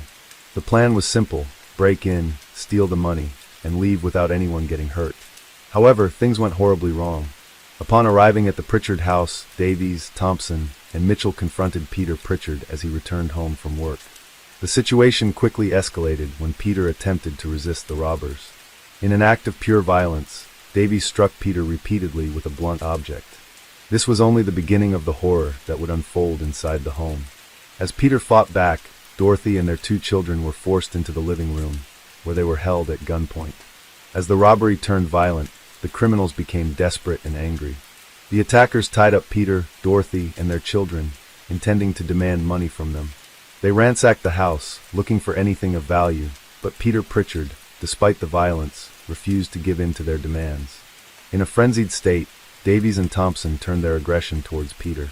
In an act of cold-blooded brutality, they proceeded to murder him in front of his wife and children. The family members were left in terror as they witnessed the brutal killing. The criminals showed no mercy, and the crime scene would later reveal just how gruesome the attack had been. After killing Peter, Davies and Thompson turned their attention to Dorothy, who was also subjected to violent assault. Tragically, both children were also murdered, though the details of their deaths were considered especially horrific, as they were seen as entirely innocent victims in a crime of rage and desperation. After the murders, the criminals fled the scene, leaving the Pritchard family dead in their home. The burglars made off with a small amount of cash and valuables, but it was clear that their true motive was not just robbery, but to inflict terror and violence on a helpless family. The aftermath of the crime would send shockwaves throughout Birmingham, leaving the community in fear and disbelief that such an event could happen in a peaceful neighborhood. The brutality of the crime became even more apparent when the police arrived at the scene. The Pritchard family's neighbors, who had heard screams during the night, called the authorities. Upon investigating, the police were horrified by the extent of the violence. The house was a crime scene filled with blood and signs of struggle. The murder of Peter, Dorothy, and their 2 children was a textbook example of senseless violence, where the attackers had been motivated by greed, but also driven by anger and a willingness to harm others without remorse. The police quickly launched an investigation, but at first there were few leads to follow. The attackers had been careful to cover their tracks, and the Pritchard family's killers seemed to have vanished into thin air. The case remained open for several months, with detectives focusing on identifying suspects who might have had a motive for such a brutal act. Although Davies, Thompson, and Mitchell were the prime suspects early on, it would take weeks for the police to gather enough evidence to make an arrest. In the meantime, the case received widespread media attention, and the Pritchard family's deaths became one of the most talked-about criminal cases of the year. The brutality of the crime was a stark reminder of the dangers that lurked even in the most unsuspecting places. For the citizens of Birmingham, the crime left an indelible scar, and many people began to feel a heightened sense of fear and unease about the safety of their own families. As the investigation continued, new evidence slowly began to surface. Witnesses came forward who had seen suspicious individuals near the Pritchard home in the days leading up to the murders. Eventually, a breakthrough came when police linked the suspects to the crime scene through a combination of forensic evidence and witness testimony. The criminals had been involved in a number of previous offenses, and their connection to the Pritchard family murders became undeniable. The arrests of Davies, Thompson, and Mitchell marked a pivotal moment in the case. They were charged with 4 counts of murder and a range of other crimes, including robbery and assault. The trial that followed captivated the public and led to a nationwide conversation about the nature of violent crime and the threat posed by criminal gangs in the UK. The trial of John Davies, Michael Thompson, and Brian Mitchell for the brutal murders of the Pritchard family began to unfold in 1977, and it quickly became one of the most shocking criminal trials in British history. The details of the crime were laid out before the court, and the public was horrified by the extent of the violence that had been inflicted on an innocent family. Throughout the trial, it was revealed that the attackers had not only killed the Pritchard family out of greed, but also out of a sense of cruelty that seemed unexplainable. The calmness with which they carried out the murders was unsettling, and the prosecution's argument painted a chilling picture of premeditated brutality. The defense attempted to argue that the murders were a result of a crime gone wrong, and that the attackers had never intended to kill the family. However, this argument was quickly dismantled by the overwhelming evidence against the defendants. It became clear that the violence inflicted upon the Pritchard family had been intentional and merciless.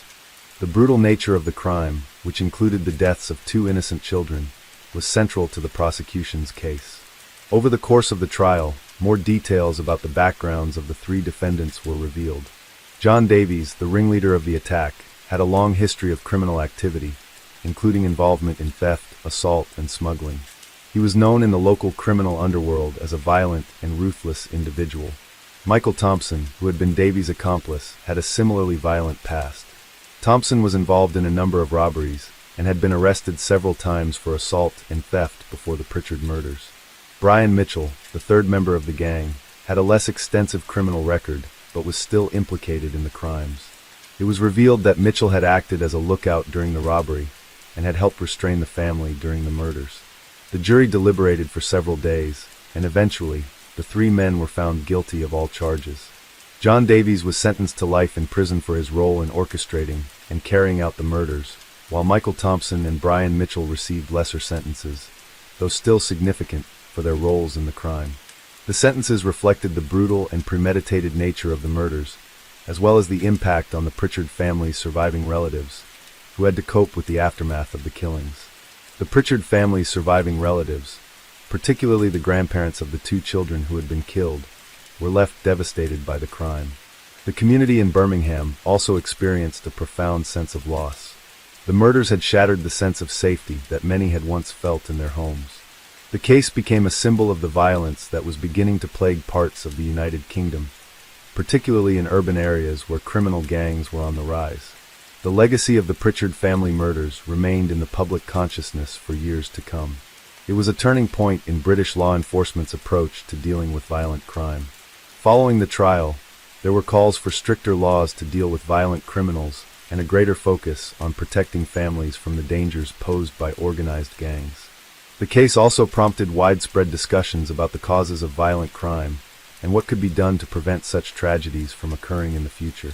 For many years after the trial, the names of Davies, Thompson, and Mitchell became infamous in the criminal world, and their story was frequently used as a cautionary tale about the dangers of violence and the willingness of some criminals to take lives without remorse. In particular, Davies became the symbol of a certain type of criminal, one who was willing to kill in cold blood for money. without any real sense of guilt or morality. The aftermath of the case also saw a significant shift in public attitudes toward crime and punishment. The brutality of the Pritchard family murders led to widespread calls for reform in the British justice system. There were increased efforts to understand the motivations behind violent crimes, with experts in criminal psychology beginning to explore what drove people like Davies, Thompson, and Mitchell to commit such heinous acts.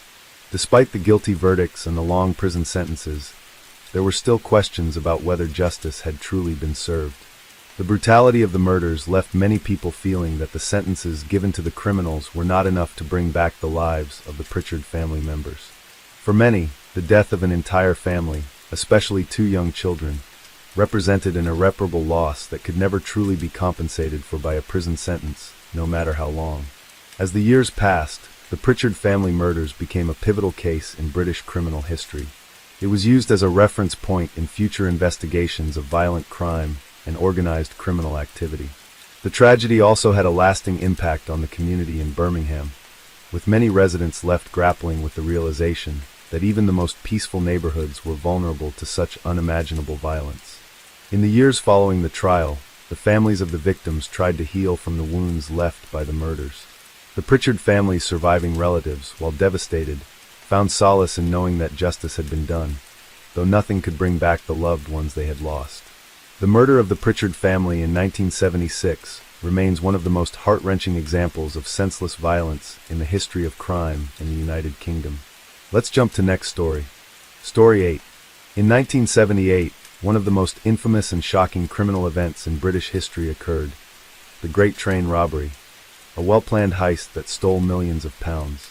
Although the robbery itself occurred in 1963, the case continued to have significant consequences and remained part of the criminal conversation throughout the 1970s.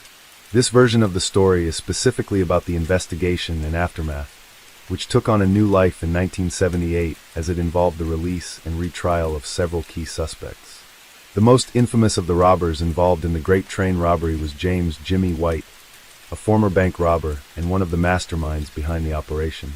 White had a long criminal history, having been involved in numerous robberies before he was caught for the train robbery in 1963.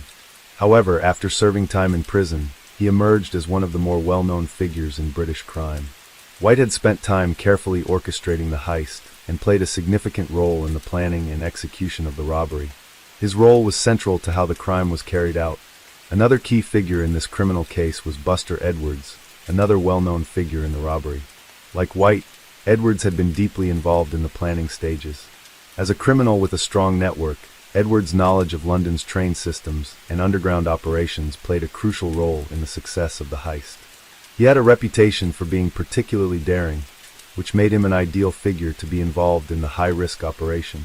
Despite his criminal past, he managed to avoid law enforcement for many years after the robbery.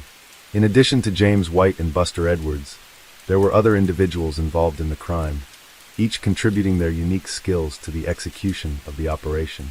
These individuals included Roy James, who had expertise in mechanics and was responsible for handling the getaway vehicles, as well as Charlie Wilson, who acted as a key figure in the communications and coordination of the robbery. Together, these individuals created a network of criminals, many of whom were former bank robbers, thieves, and armed robbers, with deep connections in the underworld.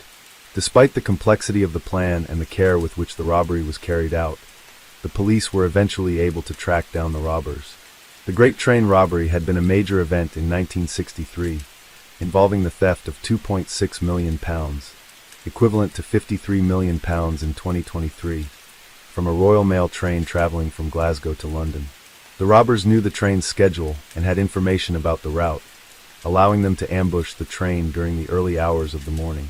The robbers had planned their actions meticulously and used walkie-talkies, masks, and a Royal Mail van to block the train's path and gain access to its cargo.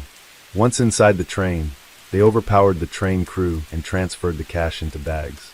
The money was moved to a remote farmhouse, where the robbers divided the proceeds.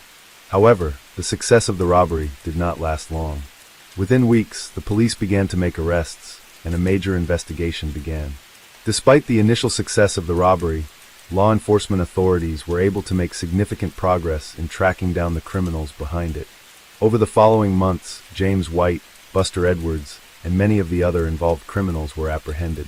White was eventually caught, and his connection to the robbery was cemented by various pieces of evidence, including fingerprints and witness testimonies. Edwards, too, was caught and brought to trial. The public's fascination with the crime led to extensive media coverage, and the robbers quickly became infamous. People were intrigued by how they had managed to pull off such a daring and well-planned heist, and their ability to evade the law for months after the crime only added to their mystique. As the investigation continued, it became clear that the robbers had known exactly how to avoid detection, and they had planned their actions with military precision. The way they handled the stolen money, which was divided and hidden in various locations, was a testament to their understanding of criminal operations. In fact, much of the money was never recovered, which only added to the legends surrounding the robbery. At the time, the authorities believed they had captured the main suspects, but by 1978, as a new investigation and legal proceedings took place, it became clear that some of those originally involved might have been innocent or unfairly prosecuted. This led to a renewed interest in the case, with some suspects appealing their convictions and others being reconsidered for possible retrial. By 1978, much of the focus of the media and the public was on whether James White and others would ever be brought to trial again, or if new evidence could exonerate them. White and Edwards had become two of the most recognizable criminals in the UK, and many continued to believe that they were the masterminds behind not only the Great Train robbery, but several other high-profile crimes that had occurred in the preceding years. The press scrutinized every detail of their lives, with media outlets publishing sensationalized stories about their escapes, their crimes, and their lives in hiding. However, in 1978, the Court of Appeal ruled that a number of convictions linked to the robbery should be re-examined. White's case, in particular, had new questions raised, and as the appeal court reviewed the evidence, it was discovered that some of the earlier convictions may have been based on incomplete or misinterpreted evidence. While James White was not fully exonerated, his appeal created a ripple effect across the legal system. There was a growing belief that the initial investigation into the robbery might have been mishandled in some way, and that justice had not been served fully in all instances. As the legal proceedings surrounding the Great Train robbery continued into 1978, it became evident that the case had not only impacted the criminals involved, but also the public perception of justice in the United Kingdom. In fact, the events of the previous years had changed how British authorities approached major criminal cases, especially in terms of the use of forensic evidence and the process of re-evaluating past convictions. After the renewed interest in the case, James White and other members of the train robbing gang continued to serve time in prison. However, the Court of Appeal's decision in 1978 to review the convictions brought to light certain concerns regarding how the police had gathered evidence in the original investigation. James White's conviction, in particular, had been called into question due to inconsistencies in how the police had handled crucial evidence. The result of this reconsideration led to some uncertainty about whether White would be retried or possibly released due to procedural errors. However, despite the challenges to the conviction, James White remained behind bars, having already served a significant amount of time for his role in the robbery.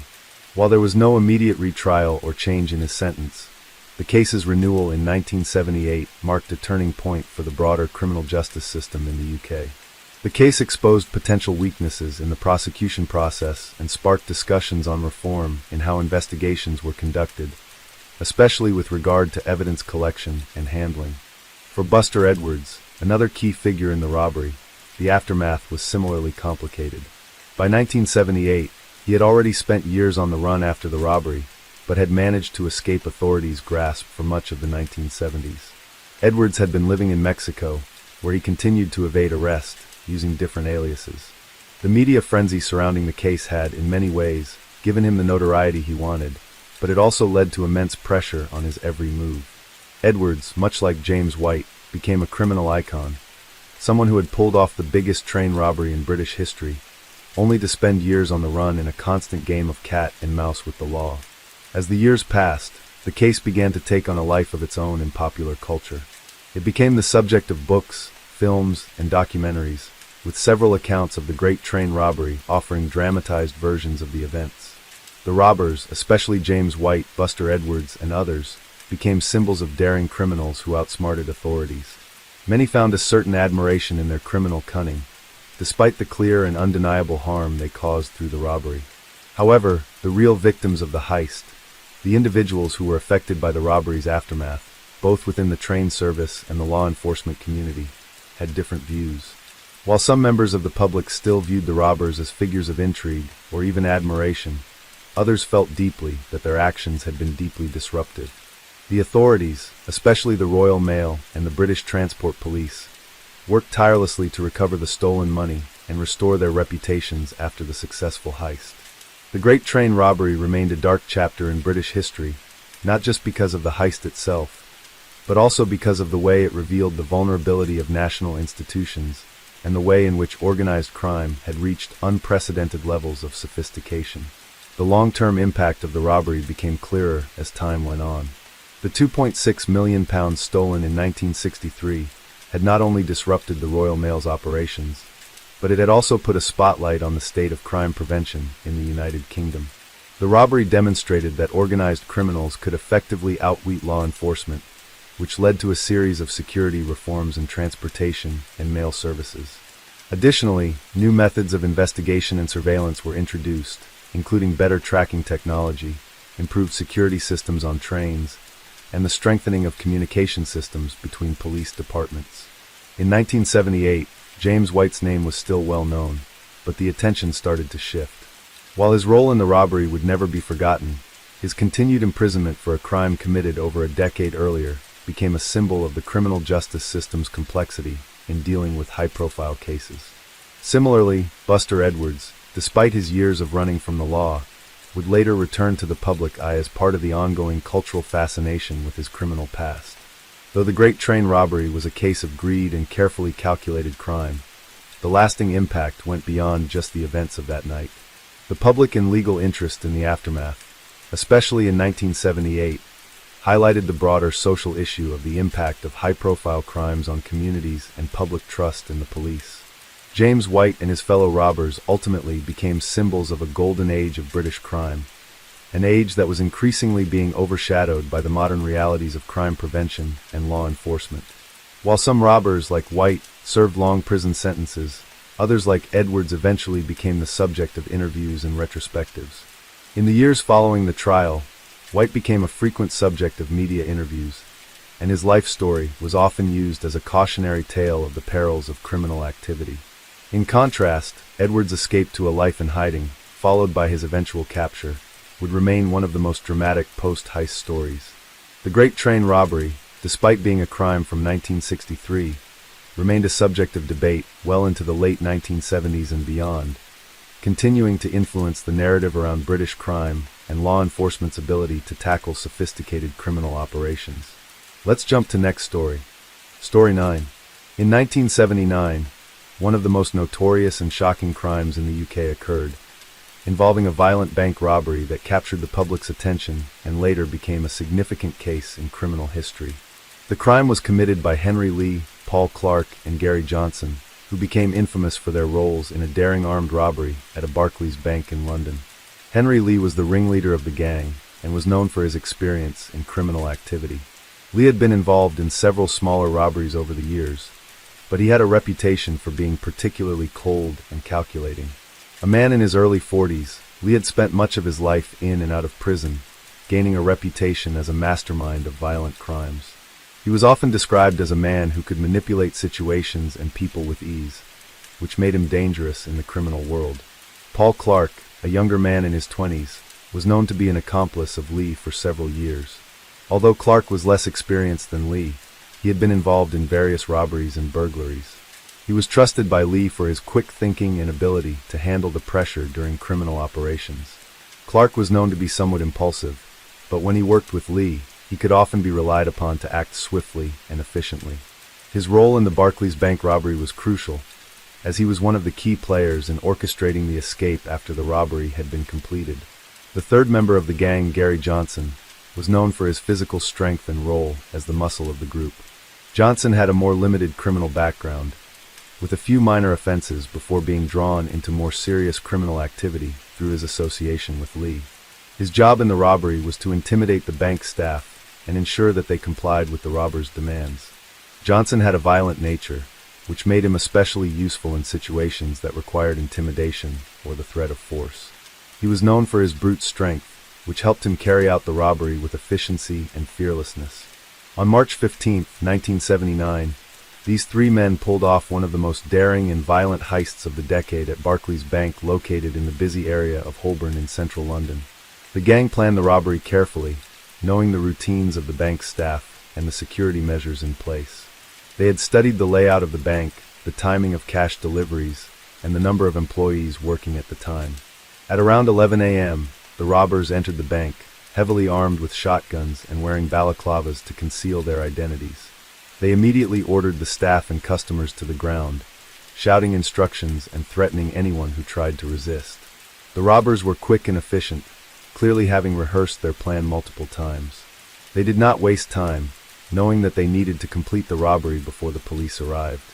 The bank manager, Mr. James Hargreaves, was forced at gunpoint to open the vault, where the robbers made off with an estimated £1.2 million in cash. The robbery was executed with ruthless precision, and the gang members showed no hesitation as they moved through the bank. During the heist, the robbers kept their cool, demanding specific amounts of money and loading it into bags. After emptying the vault, the gang made their escape. They had planned this part of the operation carefully, using multiple getaway vehicles to confuse any police who might respond to the robbery. The vehicles were parked at various locations, ensuring that the robbers could switch cars and cover their tracks. They split up into smaller groups, making it harder for the police to trace their movements. The aftermath of the robbery was immediate and intense. News of the crime spread quickly, and London was in shock at the audacity and violence of the attack. The Metropolitan Police quickly launched an investigation into the robbery, and a large team of detectives was assigned to the case. However, despite the clear evidence that the robbers had planned the crime carefully, they left very few clues behind. Their use of balaclavas, the fact that they had worn gloves, and their knowledge of the bank's layout made the investigation more difficult than expected.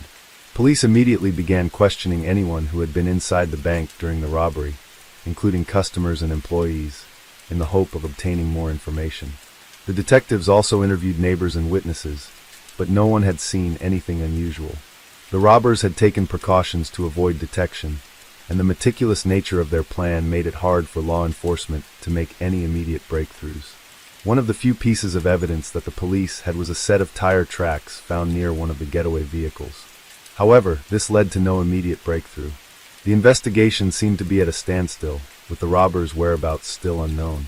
It became clear that these criminals were experienced and had carefully covered their tracks. As days turned into weeks, the police continued to follow up on leads and tips from the public, but the gang remained elusive. The robbery became a high-profile case, with media outlets covering every detail of the investigation. It was clear that this was no ordinary robbery. It was one that had left a deep mark on the city. The violence, the precision of the crime, and the amount of money stolen made it a case that would be remembered for years to come. The aftermath of the Barclays Bank robbery in 1979 left the Metropolitan Police under pressure to catch the perpetrators. As the investigation progressed, several leads came in, but none were significant enough to make a breakthrough. The robbers' careful planning had paid off, and their ability to evade immediate detection made it clear that they were no ordinary criminals. The gang had not left behind the typical trail of evidence: no fingerprints, no eyewitnesses who could provide clear descriptions, and no obvious links to any criminal activity. This made the investigation even more challenging. At first, the police believed the robbery might have been committed by a group of seasoned criminals from London's notorious underworld. Some early theories pointed to the quality of the crime, the precise knowledge of the bank's layout, and the organization of the heist, which suggested that the robbers had insider knowledge.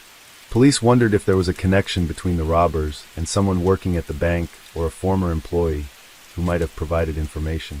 They soon learned that the robbers had meticulously studied the bank's routines and timing, which made it even more difficult for the authorities to track them. During the investigation, detectives were especially focused on finding the getaway vehicles used by the robbers. They learned that the cars had been stolen days before the robbery and had been abandoned in different parts of the city, making it impossible to trace them back to the criminals. The robbers had used false plates on the vehicles, further complicating the investigation. With no useful leads in this direction, the detectives turned to more unconventional methods, including interviewing people who were known to have connections to the criminal underworld. The police were also aware that the robbers would likely need to launder the stolen money, which was crucial to their investigation. Given the amount of money stolen, pound 1.2 million, the robbers would have to move the money quickly in order to avoid detection. Detectives worked tirelessly, tracking suspicious financial transactions, following the movements of known criminals, and monitoring local pawnshops and money laundering schemes. But the robbers were experienced in this area too, using methods that kept them one step ahead of the authorities. Despite the slow progress of the investigation, the robbery continued to dominate the news in the weeks after the event. The press coverage kept the case in the public eye, and this was both a blessing and a curse for the police. While the media attention created pressure on the law enforcement agencies to solve the crime, it also meant that the robbers would be more cautious and aware of the police tactics. This led to a tense standoff between the police and the robbers, with neither side willing to make a move. In early April 1979, the police finally received a break when an informant came forward with information about the robbers' identities. This tip-off came from a source within the criminal community, someone who knew Gary Johnson and his associates.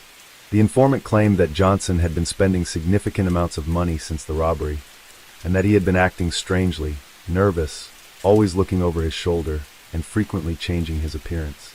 The informant also mentioned that Paul Clark had been seen around the area, trying to find ways to get rid of large amounts of cash. Based on this new information, detectives were able to conduct a series of surveillance operations. They monitored locations that were connected to the robbers, including bars, known meeting points, and places where large sums of money were likely to be exchanged.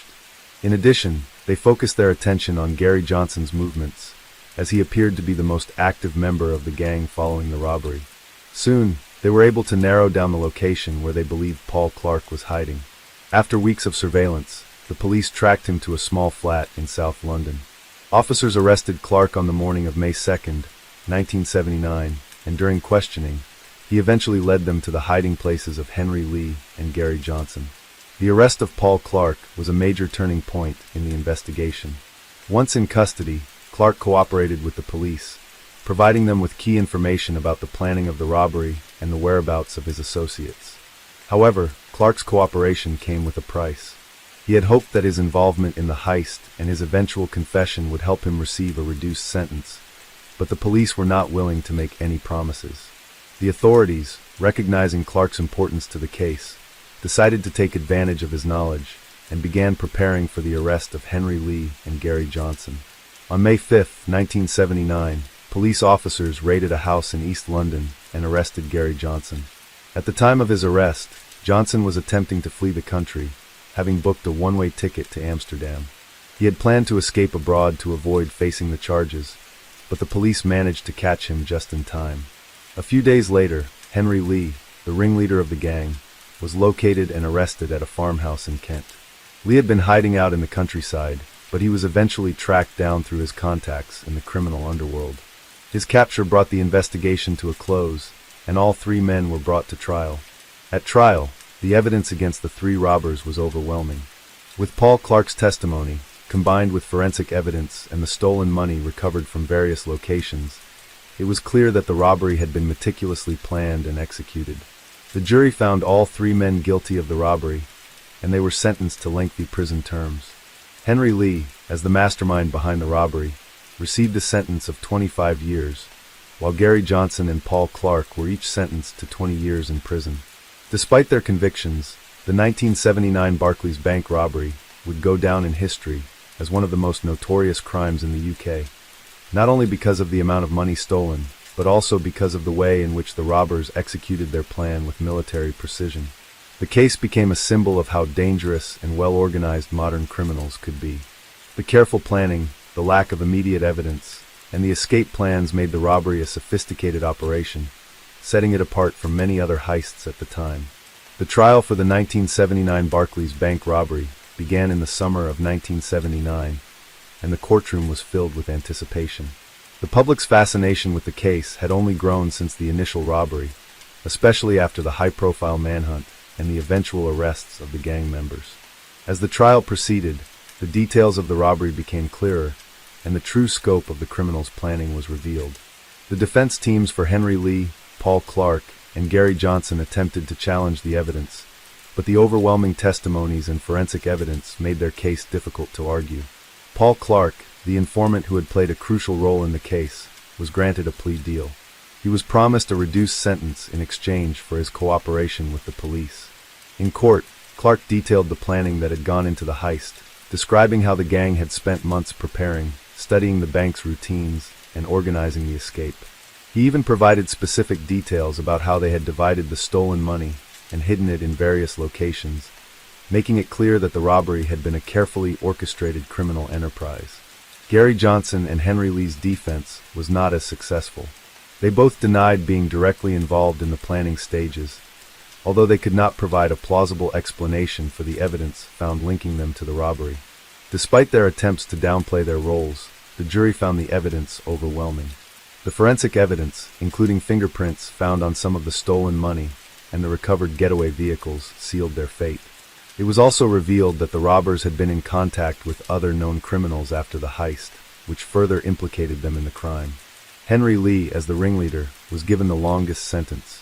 He was sentenced to 25 years in prison for his role in masterminding the robbery, while Gary Johnson and Paul Clark received sentences of 20 years each. The sentences were considered harsh, but they reflected the gravity of the crime and the harm caused by the robbery. The amount of money stolen, £1.2 million, was not the only factor. The use of firearms and the intimidation of the bank staff were significant aggravating factors. The trial concluded with a sense of justice for the victims, the staff and customers of the bank who had been traumatized by the robbery.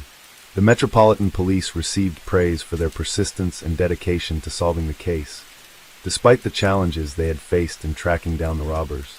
Detective Chief Inspector Robert Preston, who led the investigation, was hailed for his work, and the case became a significant example of how police had adapted to the changing nature of organized crime. In the years following the trial, the Barclays Bank robbery continued to be discussed in the media. The case was considered a textbook example of a perfectly executed heist and sparked a wave of public fascination with high-profile robberies. The robbers, especially Henry Lee, were seen as figures of criminal ingenuity, even though their actions had caused significant damage to those affected by the crime. This led to a cultural obsession with bank robberies and crime dramas that portrayed the thrill of pulling off such audacious acts. But the impact of the crime went beyond just the criminals involved. The Barclays Bank robbery prompted a re-evaluation of security protocols at banks across the UK. In the wake of the robbery, the banking industry implemented new measures to prevent such a crime from happening again. These included increased surveillance, the installation of alarm systems, and better training for bank staff on how to handle armed robberies. The authorities also looked into ways of improving their investigative methods, focusing on improving coordination between local law enforcement and specialized units for organized crime. One of the most significant aspects of the robbery's aftermath was the discussion about the criminal justice system and the sentences handed down to the robbers. The case highlighted some of the challenges of dealing with organized criminal enterprises, particularly those involving highly skilled and experienced individuals. The long sentences given to the criminals were seen as necessary to ensure they could not commit further crimes upon release. But at the same time, the public's ongoing fascination with the gang members, particularly Henry Lee, raised questions about whether justice had truly been served. Some viewed them as criminal masterminds, while others saw them as products of a broken system that pushed them into lives of crime. The public fascination with the case continued for years. Henry Lee became a figure in criminal folklore, often depicted as the mastermind behind the robbery. However, his time in prison did not prevent him from continuing to be a subject of public curiosity. Lee's story would later inspire books, documentaries, and even a television series based on the case, further cementing the robbery as a legendary crime in British history. After serving part of his sentence, Gary Johnson was eventually released on parole in the early 1990s, but he was never able to escape the shadow of the crime. Paul Clark, who had cooperated with the police and testified against his accomplices, was also released earlier, though his name remained closely associated with the robbery for the rest of his life. The Barclays Bank robbery of 1979 continued to have lasting implications for law enforcement and the criminal justice system in the UK. It was a stark reminder of how organized crime could adapt and evade detection for significant periods of time. The case demonstrated how vital it was for authorities to be ever vigilant in tackling complex crimes and how the public's perception of criminals, particularly those who had committed such a bold and violent act, could shift over time from despised criminals to figures of criminal intrigue. In the end, the 1979 Barclays bank robbery was more than just a crime. It was a turning point in how both the public and authorities viewed modern-day bank heists. It left an indelible mark on British criminal history, and the criminals involved became part of the ongoing narrative about the dangers of organized crime and the importance of never underestimating the lengths to which people would go for money. Let's jump to next story. Story 10. In 1980, one of the most notorious and chilling criminal cases in British history took place. The murders and robberies committed by the Yorkshire Ripper, Peter Sutcliffe. This case captivated the public's attention and became a symbol of fear for many people living in the north of England. The investigation surrounding Sutcliffe's crimes went on for over 5 years, and his eventual capture marked the end of a horrifying killing spree that terrorized communities in Yorkshire and surrounding areas. Peter Sutcliffe was born on June 2, 1946, in Bingley, West Yorkshire. He grew up in a working-class family and had a relatively quiet and unremarkable childhood. However, as he grew older, Sutcliffe's behavior began to take a darker turn. He had a history of aggressive behavior, with reports of him being involved in minor criminal acts as a teenager. However, it wasn't until later in his life that he would be linked to a series of heinous crimes that would shock the nation. Sutcliffe's early adult years were marked by a series of failed relationships and increasingly disturbing behavior. He had a deep hatred for women, which was evident in many of his personal interactions. He worked various jobs, including a lorry driver, but it was clear that he struggled with maintaining healthy relationships. His hatred of women, combined with other personal frustrations, would eventually manifest in violent and deadly ways. At the start of his killing spree in 1975, Sutcliffe began targeting women. His first known victim, Wilma McCann, was murdered on October 30, 1975. She was a mother of 4 who lived in Leeds. Sutcliffe attacked her in the early hours of the morning while she was walking home after a night out. She was brutally attacked with a hammer and a knife, and her body was left in a secluded area. Wilma's murder was the beginning of what would later be recognized as a series of killings. Over the next 5 years, Sutcliffe would go on to murder at least 13 women and severely injure several others. His victims, primarily prostitutes or women he deemed immoral, were often attacked in isolated areas, typically at night. Sutcliffe would approach his victims, strike them with a hammer, and then stab them repeatedly. The brutality of the killings shocked the public and left the police struggling to find clues that would lead to his capture. Sutcliffe's choice of victims seemed random at first, and the police were initially unable to make any connection between the murders. The media, however, quickly began to refer to the unidentified killer as the Yorkshire Ripper, comparing him to the infamous Jack the Ripper from London in the late 1800s. This comparison would stick in the public's mind and would continue to define the case throughout its investigation. During the investigation, police struggled to find solid evidence that would link Sutcliffe to the crimes. The Yorkshire Ripper case became one of the largest and most expensive police investigations in British history. The investigation was also marked by significant errors, with police initially focusing on the wrong suspects and misinterpreting crucial evidence. These mistakes led to significant frustration for the families of the victims and for the investigators who were working tirelessly to catch the killer. In the early stages of the investigation, the police received hundreds of phone calls from individuals who believed they had information about the Yorkshire Ripper. However, many of these tips were either irrelevant or false leads. The public was also terrified, and there were widespread fears that the killer could be living in their community. The media added to the hysteria, with sensational headlines and constant coverage of the case. In hindsight, the media's role in escalating the public's fear was significant, but at the time, they played a key part in shaping the public perception of the case. One of the most critical mistakes made during the investigation was the police's focus on the theory that the killer was targeting prostitutes. While many of the victims were indeed sex workers, the police initially failed to recognize the connection between all the victims. Sutcliffe was careful to avoid being caught, often changing his methods and tactics to throw the police off his trail. The pattern of brutality in his killings, however, did eventually become clear to detectives, even though they were still no closer to catching him. In 1979, Sutcliffe killed Maureen Long, who survived his attack. This was a turning point in the case. Long was able to provide the police with a description of the man who attacked her, though it was not immediately useful. Around the same time, the police received a letter that had been sent to the West Yorkshire Police from a man claiming to be the killer. This letter contained taunting and confusing language, as well as bizarre references to his crimes. Although this letter was eventually traced to Sutcliffe himself, it did not immediately lead to his capture. In 1980, the case took a crucial turn when Sutcliffe was apprehended by the police, thanks to a combination of forensic evidence and a tip-off. It was January 2nd, 1981, when Sutcliffe was arrested after being stopped in his car while driving with a woman in the passenger seat. This woman was not a victim, but her presence in the car, along with the fact that Sutcliffe had previously been questioned about the murders, led the police to take a closer look at him. They had received a tip-off from a member of the public, which ultimately led to his arrest. At the time of his arrest, Sutcliffe was 40 years old and had already murdered at least 13 women. When questioned by police, he initially denied being involved in the murders. However, as the investigation progressed, Sutcliffe's involvement in the killings became clear. He was charged with 13 murders and 7 attempted murders. Sutcliffe later confessed to the crimes, admitting that he had been driven by a hatred of women and had felt compelled to kill. His confession provided the final piece of the puzzle for investigators who had been working tirelessly to solve the case.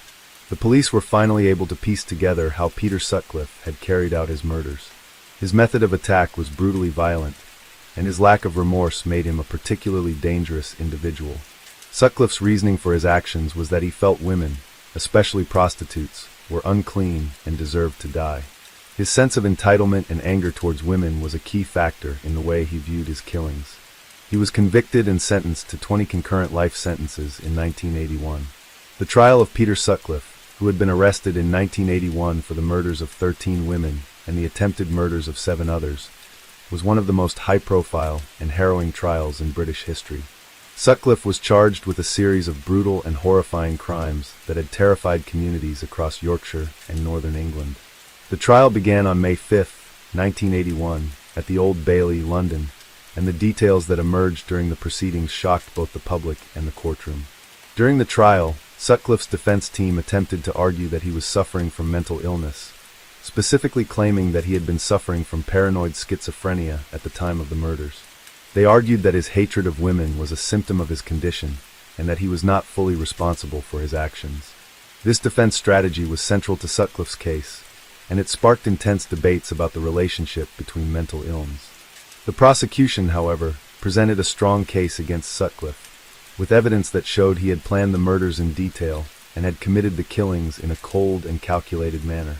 Sutcliffe's confession to the police was damning, and the prosecution argued that his actions were the result of a deeply ingrained desire to kill rather than the actions of someone who was seriously mentally ill.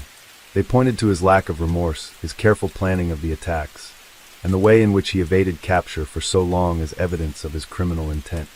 The trial lasted for several weeks, and during this time, many of Sutcliffe's victims' families gave emotional testimony about the impact of the murders on their lives. The victims were often described as vulnerable women, many of whom had been sex workers or had struggled with difficult personal circumstances. Their deaths had caused devastating pain for their families and communities, and the trial allowed their loved ones to speak out about the loss they had suffered. Sutcliffe's actions, fueled by his hatred for women, had shattered the lives of so many people. The trial also revealed the deeply disturbing nature of Sutcliffe's behavior. He had confessed to killing because he felt a need to rid the world of women he considered immoral. His hatred of women, combined with his sense of entitlement and power, made him particularly dangerous. During his time on trial, Sutcliffe showed little emotion or remorse for his actions. His behavior in the courtroom was erratic, but he continued to assert that he had been compelled by voices in his head to commit the murders. After several weeks of testimony and deliberation, the jury found Sutcliffe guilty of the 13 murders and 7 attempted murders. However, instead of being sentenced to death, which had been abolished in the UK in 1965, he was handed a life sentence. In the UK, this meant that Sutcliffe could potentially be held in prison for the rest of his life. The judge, Mr. Justice Borum, described Sutcliffe's crimes as dreadful and monstrous, and he acknowledged the deep pain Sutcliffe had caused to the families of the victims. Sutcliffe was ordered to serve 20 concurrent life sentences. The court also found that Sutcliffe was indeed suffering from severe psychiatric issues, but his claim of paranoid schizophrenia was not accepted as a full defense. While he was not deemed to be completely insane, the court ruled that his actions had been heavily influenced by mental illness. This distinction was important because it meant that while Sutcliffe was still held accountable for his actions, there was a recognition of the complexity of his psychological state. Sutcliffe's life sentence meant that he would spend the rest of his life in prison, though he was not to be automatically released after a set period. The prison system would closely monitor his mental health, and any decision to release him would require further assessments of his psychiatric state. This decision brought some measure of closure to the families of the victims, though the emotional toll they experienced continued for many years after the trial. The impact of Sutcliffe's crimes was felt far beyond the courtroom. In the years following his arrest and conviction, the case became one of the most discussed and analyzed in British criminal history. The Yorkshire Ripper case raised difficult questions about the nature of violent crime, mental illness, and the effectiveness of police investigations. The investigation into Sutcliffe's crimes had been hampered by numerous errors, including early misidentifications of the suspect and missed opportunities to catch him sooner. Many criticized the police for their handling of the case, particularly in the early stages when they focused on the wrong suspects. One of the major criticisms of the investigation was the mismanagement of the evidence and the investigative resources. In the early years of the investigation, there was a focus on false leads and suspects, with the police initially concentrating their efforts on a man named John Humble, who had sent a hoax letter and tape to the police claiming to be the Yorkshire Ripper. This misstep diverted attention from the real killer for several years, allowing Sutcliffe to continue his spree of violence. After the arrest of Sutcliffe, there was a widespread public outpouring of relief, but many families remained traumatized. The case also had a lasting impact on how the police approached serial killer investigations in the future. The investigation into Sutcliffe's crimes highlighted the need for better coordination between different police forces and better use of modern forensic techniques, which were still in their early stages during the 1970s and 1980s. As for Sutcliffe, he spent much of his time in prison over the following decades, with frequent moves between various high-security institutions. His time in prison was marked by numerous attempts to appeal his sentence, but these were consistently rejected. Sutcliffe's case continued to attract media attention, especially during periods of his hospitalizations and after his death in 2020. The legacy of the Yorkshire Ripper case remains a tragic chapter in British criminal history. In the years since Sutcliffe's conviction, the families of the victims have continued to seek justice and closure. Many have spoken out about the emotional toll the murders took on their lives and the lasting impact of his crimes. Peter Sutcliffe remains one of the most infamous serial killers in British history, and his case has become a symbol of the dangers of unchecked hatred and violence.